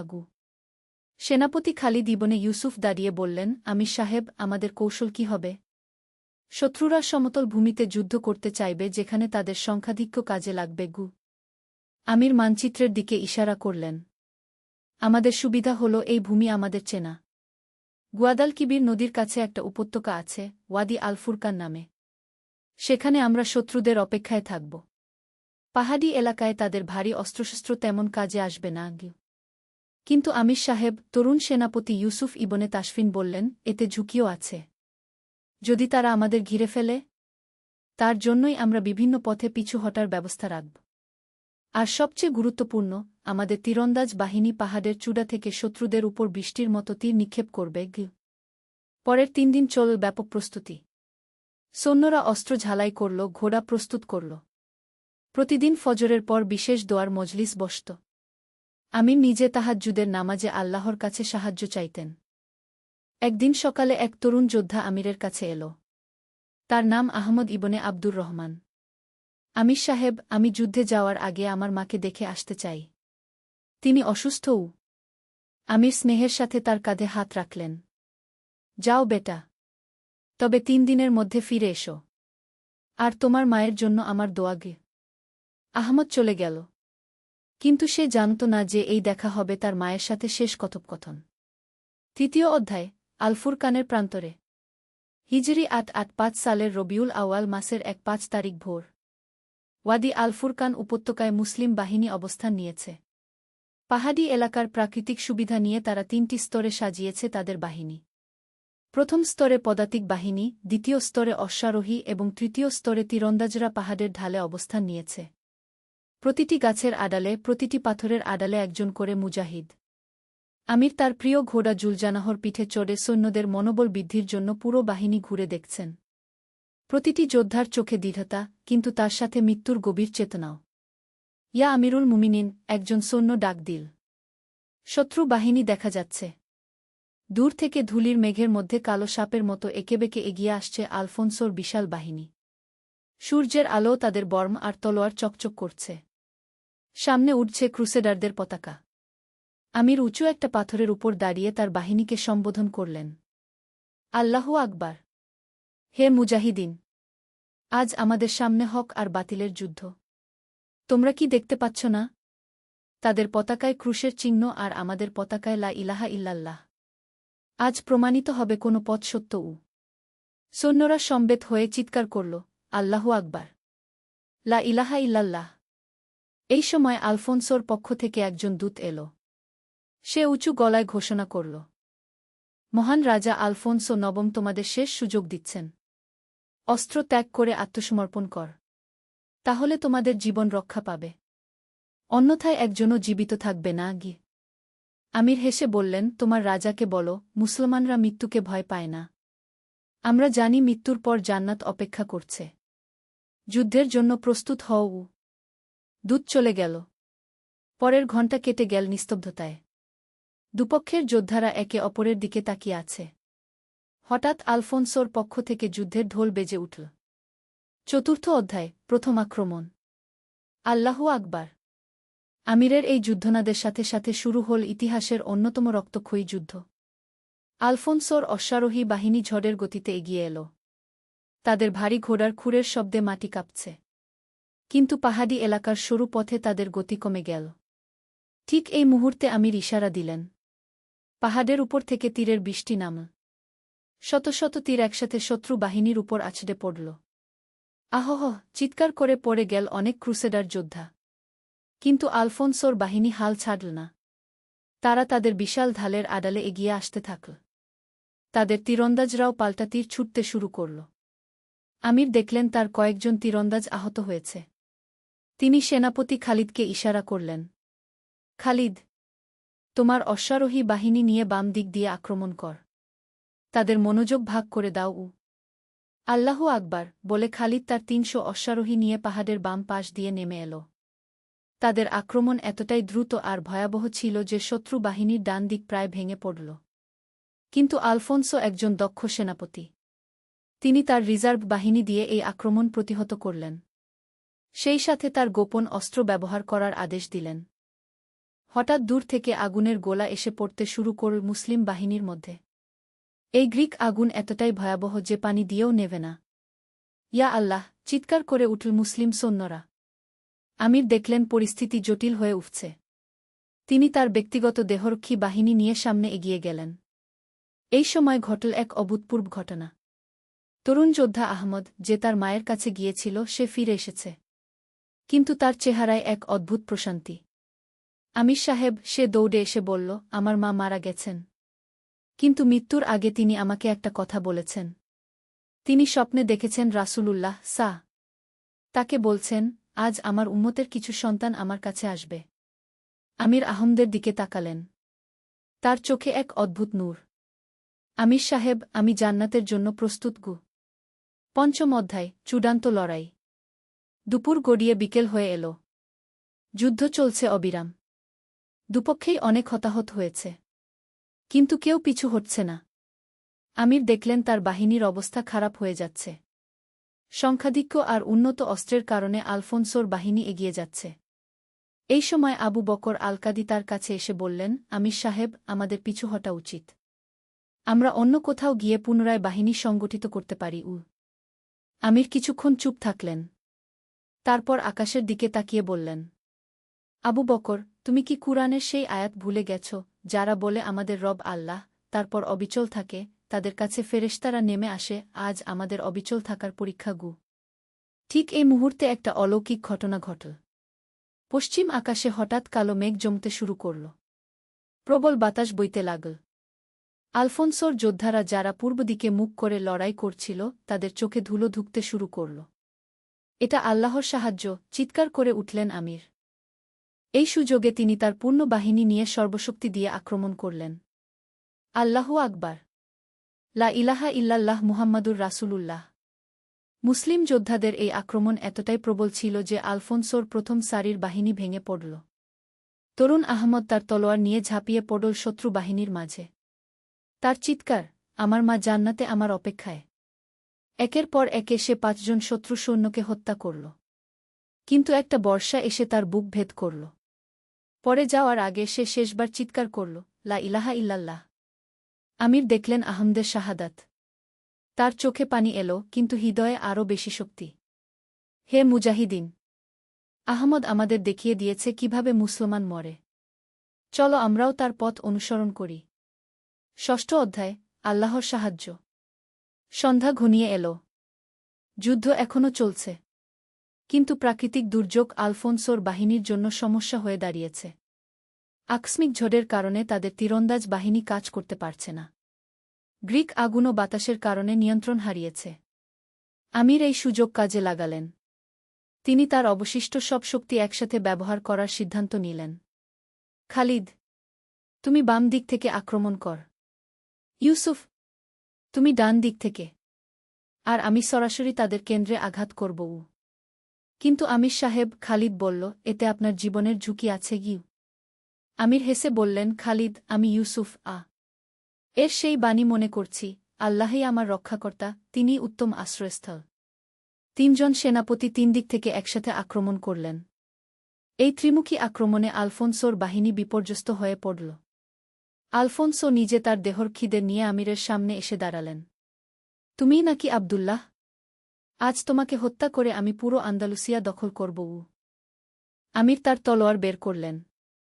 আল্লাহর নামে আমি তোমাকে চ্যালেঞ্জ করছি গিয়ে। দুই নেতার মধ্যে শুরু হল এক যুদ্ধ। চারপাশের সবাই লড়াই বন্ধ করে তাদের দিকে তাকিয়ে আছে। আলফোনসো প্রথমে আক্রমণ করলেন। তার তলোয়ার আমিরের মাথার পাশ দিয়ে বেরিয়ে গেল। আমির পাল্টা আক্রমণ করলেন। তার তলোয়ার আলফোনসোর বর্মে আঘাত করল, কিন্তু ভেদ করতে পারল না। দুইজনে কয়েক মিনিট ধরে লড়াই করলেন। আলফোনসো বয়স্ক হলেও অভিজ্ঞ যোদ্ধা। আমির তরুণ কিন্তু ক্লান্ত। হঠাৎ আলফোনসোর তলোয়ার আমিরের বাম কাঁধে আঘাত করল। রক্ত বের হল। আল্লাহু আকবার চিৎকার করে আমির শেষ শক্তি দিয়ে আঘাত করলেন। এবার তার তলোয়ার আলফোনসোর গলা আঘাত করল। আলফোনসো মাটিতে পড়ে গেলেন। তার মৃত্যুর সাথে সাথে ক্রুসেডার বাহিনীর মনোবল ভেঙে গেল। রাজা মারা গেছেন। পালাও, চিৎকার করে উঠল তারা। সপ্তম অধ্যায়, বিজয়ের স্বাদ। রাত নামার সাথে সাথে যুদ্ধের সমাপ্তি হল। আলফোনসোর অবশিষ্ট বাহিনী পালিয়ে গেল। ওয়াদি আল-ফুরকান উপত্যকায় মুসলমানদের বিজয় পতাকা উঠছে। আমির আহত অবস্থায় একটা পাথরে বসে আছেন। তার চারপাশে আনন্দে চিৎকাররত সৈন্যরা। আল্লাহু আকবার, আল্লাহু আকবার, লা ইলাহা ইল্লাল্লাহু ওয়াল্লাহু আকবার। কিন্তু আমিরের চোখে আনন্দের সাথে দুঃখ মিশে আছে। তিনি তাকিয়ে আছেন আহমদের মরদেহের দিকে। আবু বকর এসে বললেন, আমির সাহেব, আমাদের হতাহতের সংখ্যা গুণে দেখা হয়েছে। ৮,০০০ শহীদ হয়েছেন। আর শত্রুপক্ষের প্রায় ৩০,০০০ নিহত। আমির গভীর নিঃশ্বাস ফেললেন। ৮,০০০ শহীদ, এর মানে ৮,০০০ পরিবার আজ তাদের প্রিয়জনকে হারিয়েছে। কিন্তু আমির সাহেব, সেনাপতি খালিদ বললেন, তারা সবাই জান্নাতে গেছেন। আল্লাহ বলেছেন, যারা আল্লাহর পথে নিহত হয় তাদেরকে মৃত বলো না, বরং তারা জীবিত। আমির উঠে দাঁড়ালেন। তার কাঁধের ক্ষত থেকে এখনও রক্ত পড়ছে। সৈন্যদের একত্রিত কর। আমি তাদের কিছু বলতে চাই। কিছুক্ষণ পর সব সৈন্য জমায়েত হল। আহতক্ষত সবাই। আমির তাদের সামনে দাঁড়িয়ে বললেন, হে বীর মুজাহিদিন, আল্লাহ তাআলা আজ আমাদের বিজয় দান করেছেন। কিন্তু এই বিজয় আমাদের শক্তির কারণে নয়, আল্লাহর অনুগ্রহের কারণে। আজ যারা শহীদ হয়েছেন তারা আমাদের চেয়ে বেশি সফল। তারা এই দুনিয়ার ক্ষণস্থায়ী জীবন ছেড়ে চিরস্থায়ী জীবন লাভ করেছেন। কিন্তু আমাদের কাজ এখনও শেষ হয়নি। এই বিজয় শুধু একটা যুদ্ধের শেষ, পুরো যুদ্ধের নয়। আমাদের আরও শক্তিশালী হতে হবে, আরও একতাবদ্ধ হতে হবে। আর সবচেয়ে গুরুত্বপূর্ণ কথা, আমাদের আল্লাহর শুকরিয়া আদায় করতে হবে। বিজয়ের নেশায় আমরা যেন অহংকারী না হই। সৈন্যরা সমস্বরে বল, আমিন ইয়া রাব্বাল আলামিন। অষ্টম অধ্যায়, শহীদদের কবর। পরের দিন সকালে শুরু হল শহীদদের দাফনের কাজ। ইসলামিক রীতি অনুযায়ী তাদের গোসল দেওয়া হল, কাফন পরানো হল। আহমদের কবরের পাশে দাঁড়িয়ে আমির দোয়া করছিলেন। হঠাৎ একজন বৃদ্ধা এসে হাজির। তার চোখে অশ্রু, কিন্তু মুখে প্রশান্তি। আপনি আহমদের মা? আমির জিজ্ঞাসা করলেন। জি হ্যাঁ, আমি ফাতিমা বিনতে আব্দুর রহমান। আমির বিস্মিত হলেন। কিন্তু আহমদ তো বলেছিল তার মা মারা গেছেন। বৃদ্ধা হাসলেন। আমির সাহেব, আমি সত্যিই মারা গিয়েছিলাম ৩ দিন আগে। কিন্তু আল্লাহ আমাকে আবার জীবিত করেছেন শুধুমাত্র আমার ছেলের শাহাদাতের খবর শোনার জন্য। আমির হতবাক হয়ে তাকিয়ে রইলেন। ফাতিমা বিবি বললেন, আমির সাহেব, আমি গর্বিত। আমার ছেলে আল্লাহর পথে জীবন দিয়েছে। এর চেয়ে বড় সম্মান আর কি হতে পারে? কিন্তু আম্মা, আমির বললেন, আপনার একমাত্র সন্তান। না আমির সাহেব, আহমদ শুধু আমার ছেলে নয়, সে পুরো উম্মাহর ছেলে। আর এখন সে জান্নাতে। সেখানে আমি তার সাথে আবার দেখা করব। এই কথা বলে ফাতিমা বিবি আহমদের কবরের পাশে বসে কুরআন তেলাওয়াত করতে শুরু করলেন। আমির বুঝলেন এটাও আল্লাহর পক্ষ থেকে একটা নিদর্শন। নবম অধ্যায়, নতুন দিগন্ত। ১ মাস পর কর্দোবার রাজপ্রাসাদে আমিরের দরবার বসেছে। আন্দালুসিয়ার বিভিন্ন প্রান্ত থেকে সেনাপতি ও আলেমরা এসেছেন। আমিরের কাঁধের ক্ষত এখন ভালো হয়ে গেছে। কিন্তু তার চোখে এখনও সেই যুদ্ধের স্মৃতি। প্রধান কাজী আবু বকর দাঁড়িয়ে বললেন, আমির সাহেব, আল ফুরকানের বিজয়ের খবর পুরো ইসলামী বিশ্বে ছড়িয়ে গেছে। বাগদাদের খলিফা আপনাকে নাসিরুদ্দিন দিনের সাহায্যকারী উপাধি দিয়েছেন গু। আর মিশরের সুলতানও সাহায্যের জন্য ৫,০০০ সৈন্য পাঠানোর প্রস্তাব দিয়েছেন গু। আমির বললেন, আলহামদুলিল্লাহ। কিন্তু আমাদের মনে রাখতে হবে যে এই বিজয় সাময়িক। আমাদের প্রকৃত জিহাদ হল নিজেদের নফসের বিরুদ্ধে গু। আমির সাহেব, তরুণ সেনাপতি ইউসুফ বললেন, আমরা কি এখন উত্তর দিকে অগ্রসর হব? খ্রিশ্চিয়ান রাজ্যগুলোর বিরুদ্ধে? আমির কিছুক্ষণ চুপ থাকলেন। তারপর বললেন, ইউসুফ, আমাদের প্রথম কাজ হবে নিজেদের শক্তিশালী করা। শিক্ষা, চিকিৎসা, কৃষি সব ক্ষেত্রে এগিয়ে যাওয়া। একটা শক্তিশালী ইসলামী সমাজ গড়া। আর হ্যাঁ, আমাদের সেই সব পরিবারের দেখাশোনা করতে হবে যারা আল ফুরকানের যুদ্ধে তাদের প্রিয়জনকে হারিয়েছে গিউ। এই সময় একজন প্রহরী এসে বলল, আমির সাহেব, বাইরে ফাতিমা বিবি দেখা করতে চান গো। ওনাকে নিয়ে এসো। ফাতিমা বিবি ভিতরে এলেন। তার চেহারায় এক অদ্ভুত তেজ। আমির সাহেব, আমি একটা প্রস্তাব নিয়ে এসেছি। কি প্রস্তাব আম্মা? আমি একটা মাদ্রাসা তৈরি করতে চাই। নাম হবে মাদ্রাসা আহমদিয়া। সেখানে শহীদদের সন্তানরা বিনামূল্যে শিক্ষা পাবে গি। আমির খুশি হয়ে বললেন, চমৎকার ভাবনা। রাজকোষ থেকে এর জন্য অর্থ বরাদ্দ করা হবে গি। না আমির সাহেব, আমার কাছে কিছু সোনার অলংকার আছে। সেগুলো বিক্রি করে এই মাদ্রাসা তৈরি করব। এটা আমার আহমদের জন্য সদকায়ে জারিয়া হবে গু। আমির বুঝলেন ইসলামের প্রকৃত শক্তি এখানেই। নিঃস্বার্থ ত্যাগে, অন্যের কল্যাণে নিজেকে বিলিয়ে দেওয়ায়। ১০ম অধ্যায়, উপসংহার, চিরন্তন বার্তা। ৫ বছর পর ওয়াদি আল ফুরকানে একটা সুন্দর মনুমেন্ট তৈরি হয়েছে শহীদদের স্মৃতিতে। আমির এসেছেন এখানে। সাথে তার ছোট নাতি ৫ বছরের মুহাম্মদ। দাদাজান, ছোট মুহাম্মদ জিজ্ঞাসা করল, এখানে কি হয়েছিল? আমির তার নাতিকে কোলে নিয়ে বললেন, এখানে হয়েছিল হক আর বাতিলের যুদ্ধ গু। হক মানে কি দাদাজান? হক মানে সত্য, আল্লাহর পথ। আর বাতিল মানে মিথ্যা, শয়তানের পথ। আর আমাদের মানুষেরা জিতেছিল। হ্যাঁ বাবা, কিন্তু জিতেছিল আল্লাহর সাহায্যে, নিজেদের শক্তিতে নয় গু। আমির মনুমেন্টের দিকে তাকালেন। সেখানে কুরআনের একটা আয়াত লেখা, আর যারা আল্লাহর পথে নিহত হয় তাদেরকে তুমি মৃত মনে করো না, বরং তারা তাদের রবের কাছে জীবিত, তারা রিজিক প্রাপ্ত হচ্ছে গি। সূরা আলে ইমরান, আয়াত ১৬৯। দাদাজান, আমি বড় হলে কি মুজাহিদ হতে পারব? আমির হাসলেন। বাবা, জিহাদ শুধু যুদ্ধ করা নয়। জিহাদ মানে আল্লাহর পথে সর্বোচ্চ চেষ্টা করা। তুমি যদি একজন ভাল মুসলমান হও, অন্যের উপকার কর, ন্যায় বিচার কর, সেটাও জিহাদ। আর যদি কখনো আল্লাহর দ্বীনের উপর আক্রমণ আসে, তখন সেটা রক্ষা করাও জিহাদ। সূর্য তখন অস্ত যাচ্ছে পশ্চিম আকাশে। আমির আর তার নাতি হাঁটতে হাঁটতে ফিরে যাচ্ছেন। পেছনে ওয়াদি আল ফুরকানের স্মৃতিস্তম্ভে সোনালি আলো জ্বলজ্বল করছে কুরআনের আয়াত। এই গল্প আজ থেকে প্রায় ১০০০ বছর আগের, কিন্তু এর বার্তা চিরকালের। আল্লাহ তাআলা বলেছেন, তোমরা যদি আল্লাহকে সাহায্য কর, তিনি তোমাদের সাহায্য করবেন এবং তোমাদের পা সুদৃঢ় করে দেবেন গু। আল ফুরকানের যুদ্ধ ইতিহাস হয়ে গেছে, কিন্তু এর শিক্ষা আজও প্রাসঙ্গিক। ১. আল্লাহর উপর পূর্ণ আস্থা রাখলে তিনি অসাধ্য সাধন করেন। ২. সংখ্যায় কম হলেও ঈমানের শক্তিতে বিজয় সম্ভব। ৩. শহীদরা মৃত নন, তারা আল্লাহর কাছে জীবিত। ৪. প্রকৃত জিহাদ হল নিজের নফসের বিরুদ্ধে এবং আল্লাহর দ্বীন প্রতিষ্ঠায়। ৫. বিজয়ের পর অহংকার নয়, বরং আল্লাহর শুকরিয়া আদায় করতে হয়। আজ হয়তো আল ফুরকানের মতো তরবারির যুদ্ধ নেই, কিন্তু হক ও বাতিলের দ্বন্দ্ব এখনও চলছে। প্রতিদিন আমাদের জীবনে, প্রতিটি সিদ্ধান্তে। আল্লাহ তাআলা আমাদের সবাইকে হকের পথে অটল থাকার তাওফিক দান করুন। আমিন। ওয়াল্লাহু আলাম বিস-সাওয়াব। আল্লাহই ভাল জানেন সত্য কী গো। গল্পের শেষ। এই গল্পটি সম্পূর্ণ কাল্পনিক, তবে ইতিহাসের বিভিন্ন ইসলামিক যুদ্ধের ঘটনা এবং কুরআন হাদিসের শিক্ষা থেকে অনুপ্রেরণা নেওয়া হয়েছে। নূরের সন্ধানে একটি ইসলামিক গল্প। প্রথম অধ্যায়, অন্ধকারের মাঝে আলোর খোঁজ। মক্কার প্রান্তরে, যেখানে বালুকনারা চাঁদের আলো রূপালী হয়ে ওঠে, সেখানে বাস করত এক যুবক। তার নাম আবদুল্লাহ ইবনে আমর। বয়স মাত্র ২০, কিন্তু মনে প্রশ্নের পর প্রশ্ন। পিতা আমর ইবনে সালিম ছিলেন একজন সম্মানিত ব্যবসায়ী, মায়ের নাম ফাতিমা বিনতে খালিদ, একজন ধার্মিক মহিলা যিনি ৫ ওয়াক্ত নামাজ আদায়ে কখনো বিলম্ব করতেন না। আবদুল্লাহর হৃদয়ে একটি বিশেষ অস্থিরতা ছিল।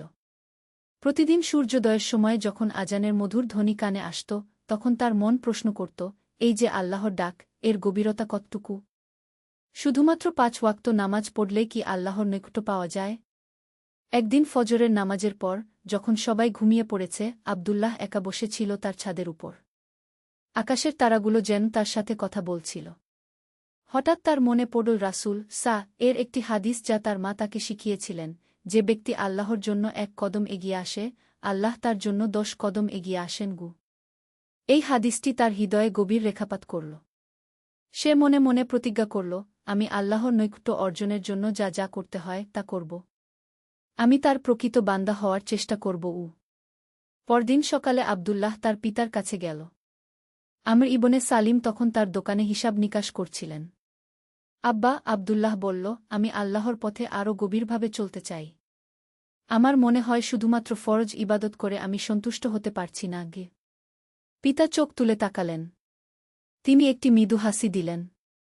বেটা, এটা খুবই ভালো কথা। কিন্তু মনে রেখো, ইসলামে কোনো কিছুই অতিরঞ্জিত করা ঠিক নয়। রাসূল বলেছেন, দিনের ব্যাপারে মধ্যপন্থা অবলম্বন করো। আব্বা, আমি বুঝতে পারছি। কিন্তু আমার মনে হয় আমার আরও বেশি জানার দরকার।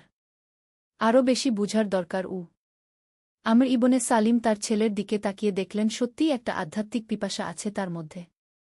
তিনি বললেন, তাহলে তুমি শায়েখ আব্দুর রহমানের কাছে যাও। তিনি আমাদের এলাকার একজন বিশিষ্ট আলিম।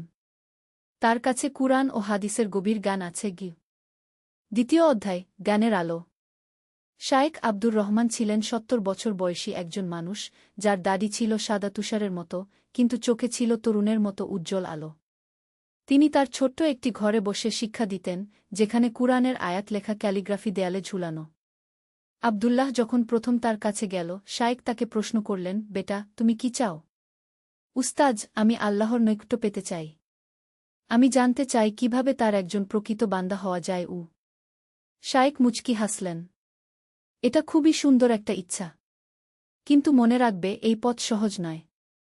এই পথে ধৈর্য, অধ্যবসায় এবং আত্মত্যাগের প্রয়োজন হয়।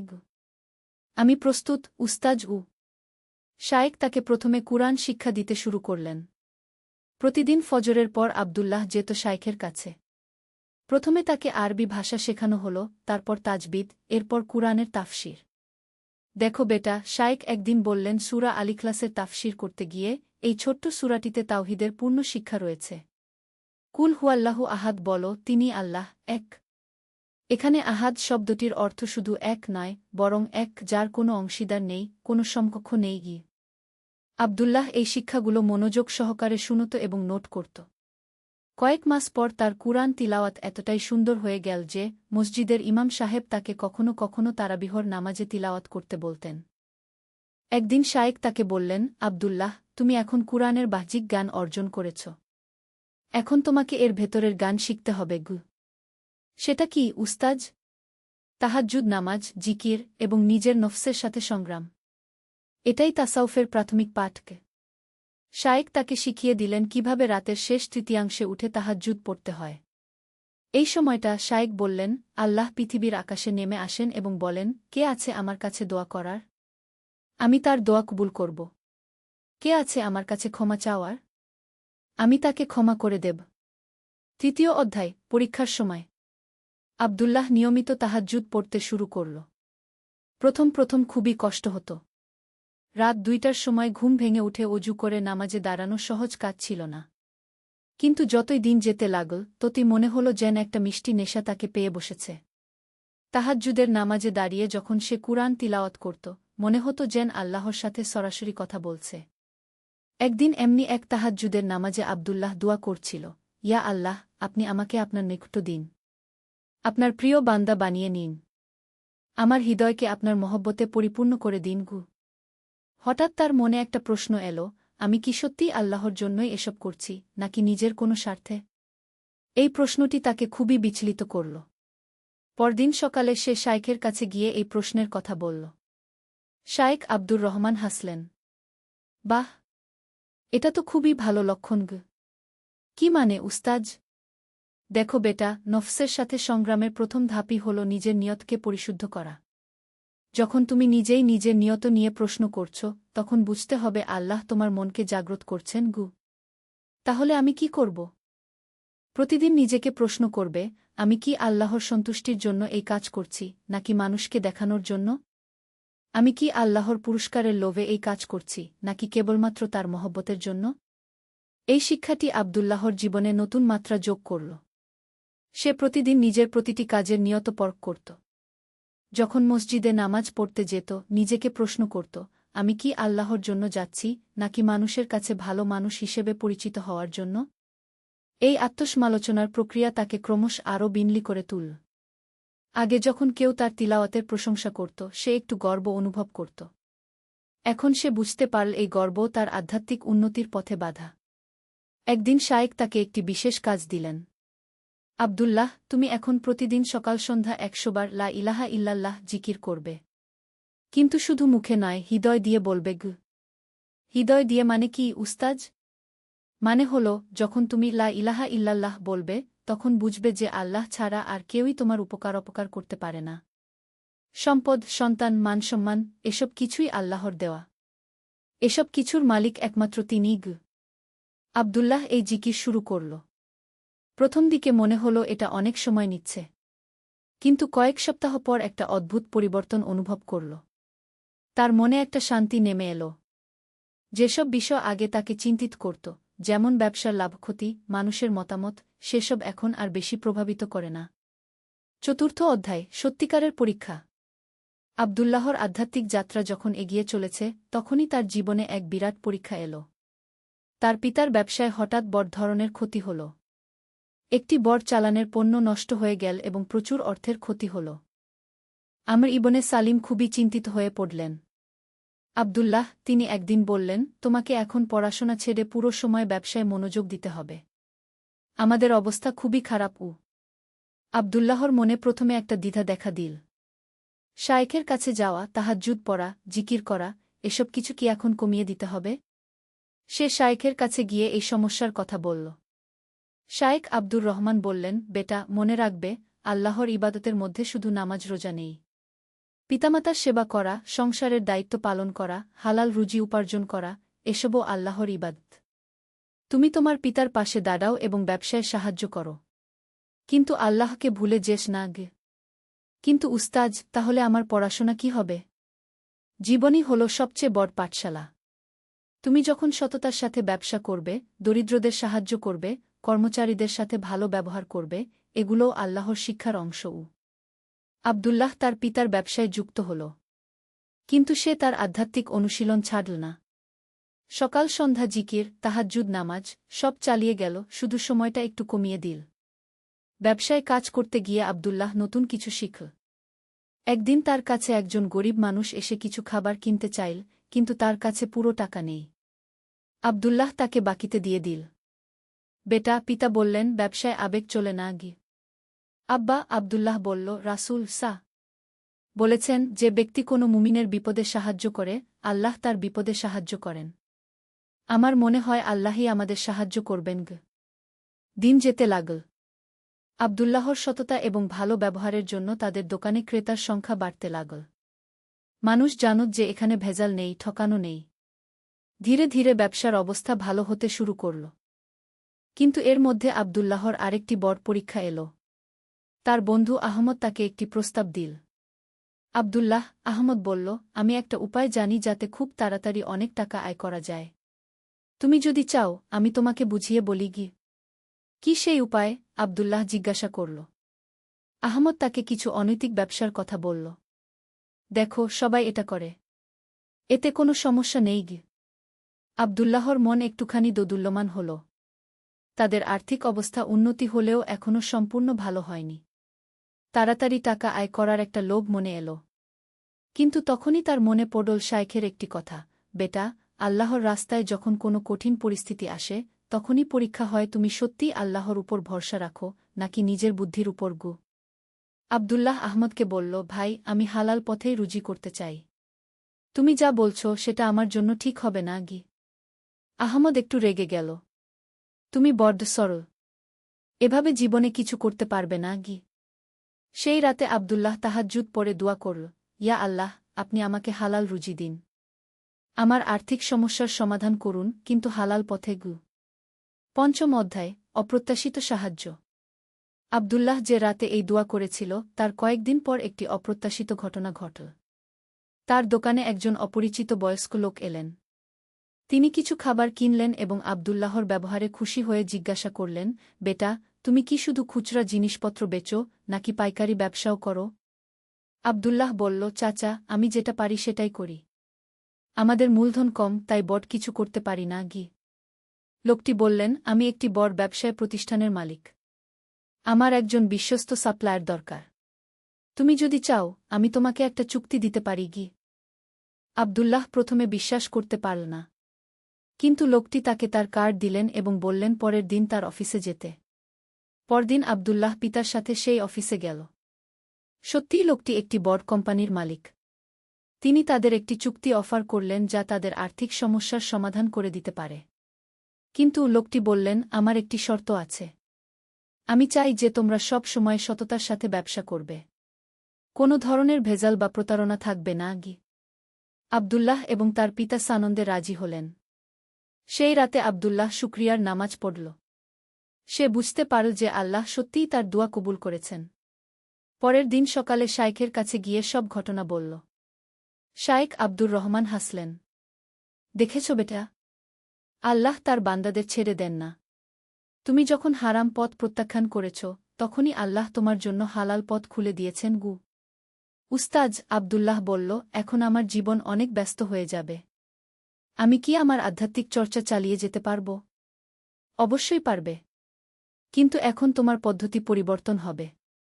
তুমি এখন যা করবে, ১. প্রতিটি ব্যবসায়িক কাজ শুরু করার আগে বিসমিল্লাহ বলবে। ২. সব সময় সততা বজায় রাখবে। ৩. গরিব দুঃখীদের সাহায্য করবে। ৪. প্রতি মাসে তোমার আয়ের একটা অংশ দান করবে। ৫. কর্মচারীদের সাথে ভালো ব্যবহার করবে। এই সবই আল্লাহর ইবাদত। ষষ্ঠ অধ্যায়, নতুন চ্যালেঞ্জ। আব্দুল্লাহর ব্যবসা দিন দিন বড় হতে থাকল। তার এখন ১০ জন কর্মচারী। সে তাদের প্রত্যেকের সাথে বন্ধুর মতো ব্যবহার করত, সময়মতো বেতন দিত, এমনকি কেউ অসুস্থ হলে তার চিকিৎসার ব্যবস্থাও করত। একদিন তার এক কর্মচারী ইউসুফ তার কাছে এসে বলল, ভাই, আমার বাবা খুব অসুস্থ। আমার অনেক টাকা দরকার তার অপারেশনের জন্য গু। আব্দুল্লাহ সাথে সাথে বলল, চিন্তা করো না, আমি ব্যবস্থা করে দেব। সে ইউসুফকে প্রয়োজনীয় টাকা দিয়ে দিল। ইউসুফ কৃতজ্ঞতায় কাঁদতে লাগল। ভাই, আমি এই টাকা কিভাবে ফেরত দেব? তোমার সুবিধা মতো দিয়ে দিও, তাড়াহুড়া নেই গু। এই ঘটনার পর আব্দুল্লাহর কর্মচারীরা তাকে আরও ভালোবাসতে শুরু করল। তারা মন দিয়ে কাজ করত। কিন্তু এর পাশাপাশি নতুন কিছু সমস্যাও দেখা দিল। আব্দুল্লাহর কিছু প্রতিদ্বন্দ্বী ব্যবসায়ী তার সততার জন্য হিংসা করতে লাগল। একদিন আব্দুল্লাহর প্রতিদ্বন্দ্বী ব্যবসায়ী করিম সাহেব তার কাছে এসে বলল, আব্দুল্লাহ ভাই, আপনি এত কম দামে জিনিস বেচেন কেন? এতে সবার ব্যবসার ক্ষতি হচ্ছে গি। করিম ভাই, আব্দুল্লাহ বলল, আমি ন্যায্য দামে বিক্রি করি। লাভ নিই, কিন্তু অতিরিক্ত লাভ করি না গি। কিন্তু এভাবে তো আমাদের সবার ব্যবসা মার খাবে গু। করিম ভাই, আপনিও এই পথ অবলম্বন করুন। দেখবেন আল্লাহ আপনার ব্যবসায় বরকত দেবেন গু। করিম সাহেব রেগে চলে গেলেন।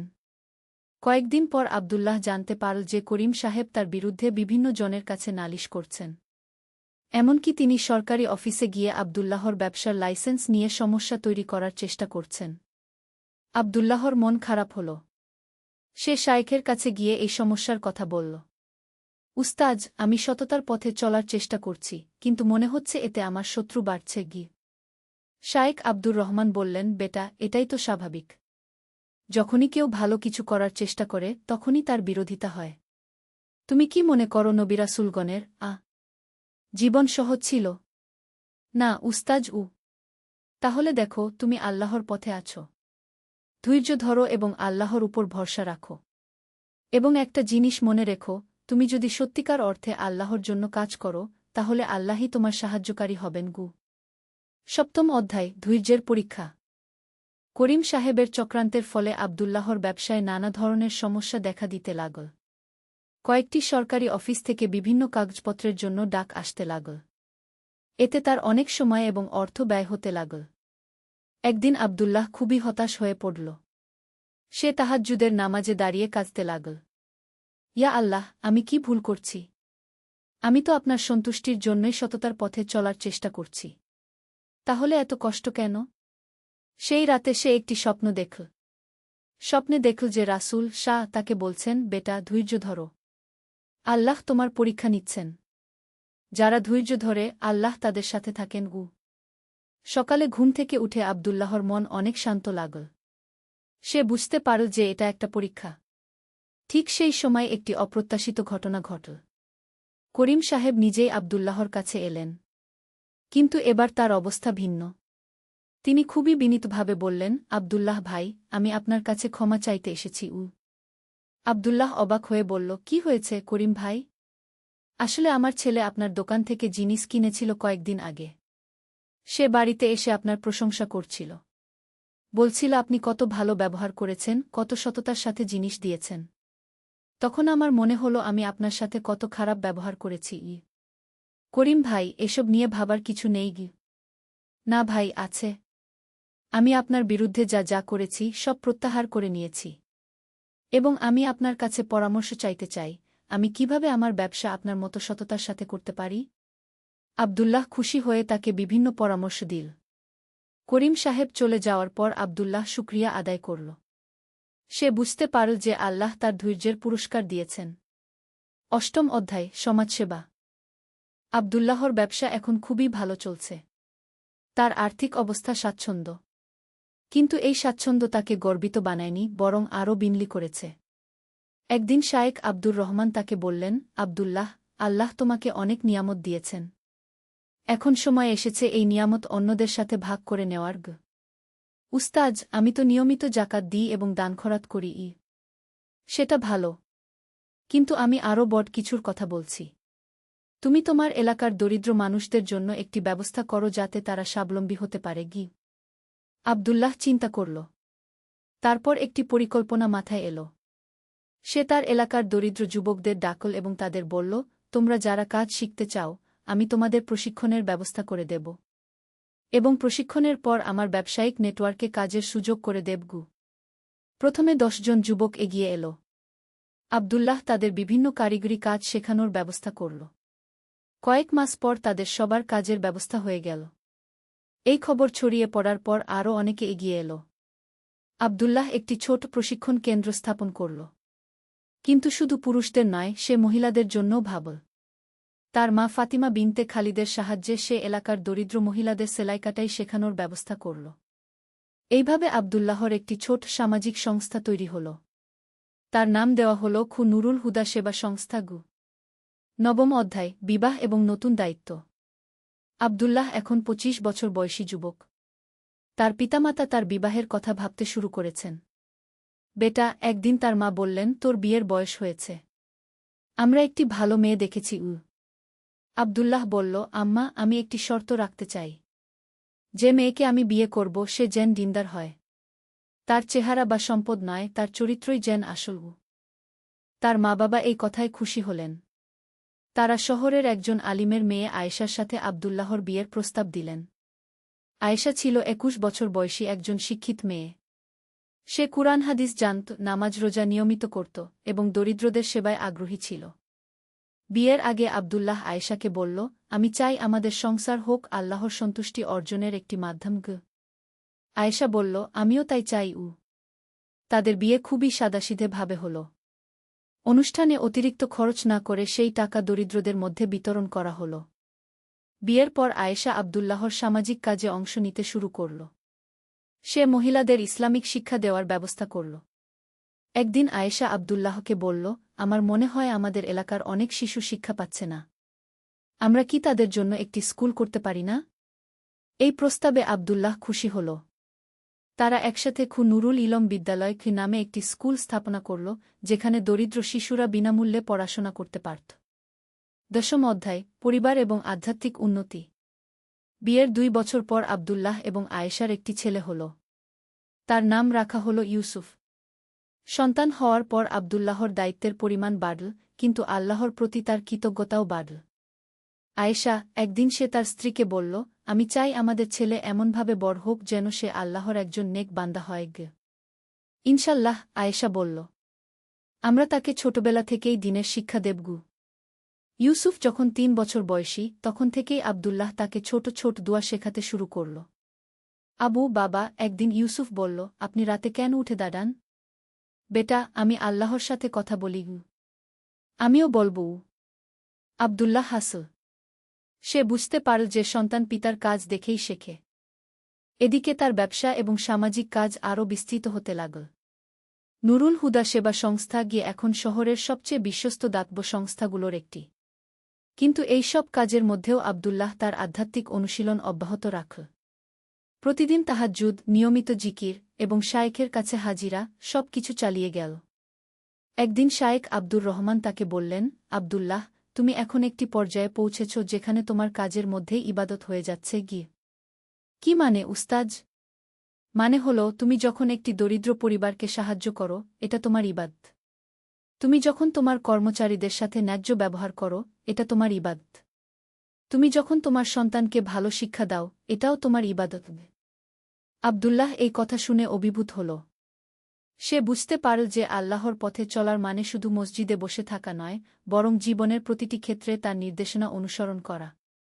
একাদশ অধ্যায়, বড় পরীক্ষা। আব্দুল্লাহর জীবন যখন সুখে শান্তিতে কাটছে তখন একটি বড় বিপদ এল। শহরে একটি মহামারী ছড়িয়ে পড়ল। অনেক মানুষ অসুস্থ হয়ে পড়ল, ব্যবসা-বাণিজ্য বন্ধ হয়ে গেল। আব্দুল্লাহর ব্যবসায়ও প্রভাব পড়ল। কিন্তু তার বড় চিন্তা ছিল এলাকার দরিদ্র মানুষদের নিয়ে। তাদের তো কোনো সঞ্চয় নেই। এই অবস্থায় তারা কি করবে? সে তার সংস্থার মাধ্যমে খাদ্য বিতরণের ব্যবস্থা করল। তার নিজের সঞ্চিত অর্থ থেকে চাল, ডাল, তেল কিনে প্রয়োজনীয় পরিবারগুলোর মধ্যে বিতরণ করতে লাগল। আব্দুল্লাহ, একদিন তার পিতা বললেন, তুমি এভাবে সব টাকা শেষ করে ফেলছ। নিজের সংসারের কথাও ভাবগু। আব্বা, আব্দুল্লাহ বলল, আল্লাহ আমাকে দিয়েছেন যাতে আমি অন্যদের সাহায্য করতে পারি। আমি যদি এই সময় মানুষের পাশে না দাঁড়াই, তাহলে আমার এত ধনসম্পদ কি কাজে? কিন্তু এর পরেই আব্দুল্লাহর নিজের উপরেও বিপদ এল। তার ছেলে ইউসুফ অসুস্থ হয়ে পড়ল। ডাক্তার বলল অবস্থা গুরুতর। আব্দুল্লাহ এবং আয়েশা দিনরাত তাদের ছেলের পাশে বসে থাকল। তারা নামাজ দোয়া করতে লাগল। একদিন রাতে যখন ইউসুফের অবস্থা খুবই খারাপ, আব্দুল্লাহ তাহাজ্জুদের নামা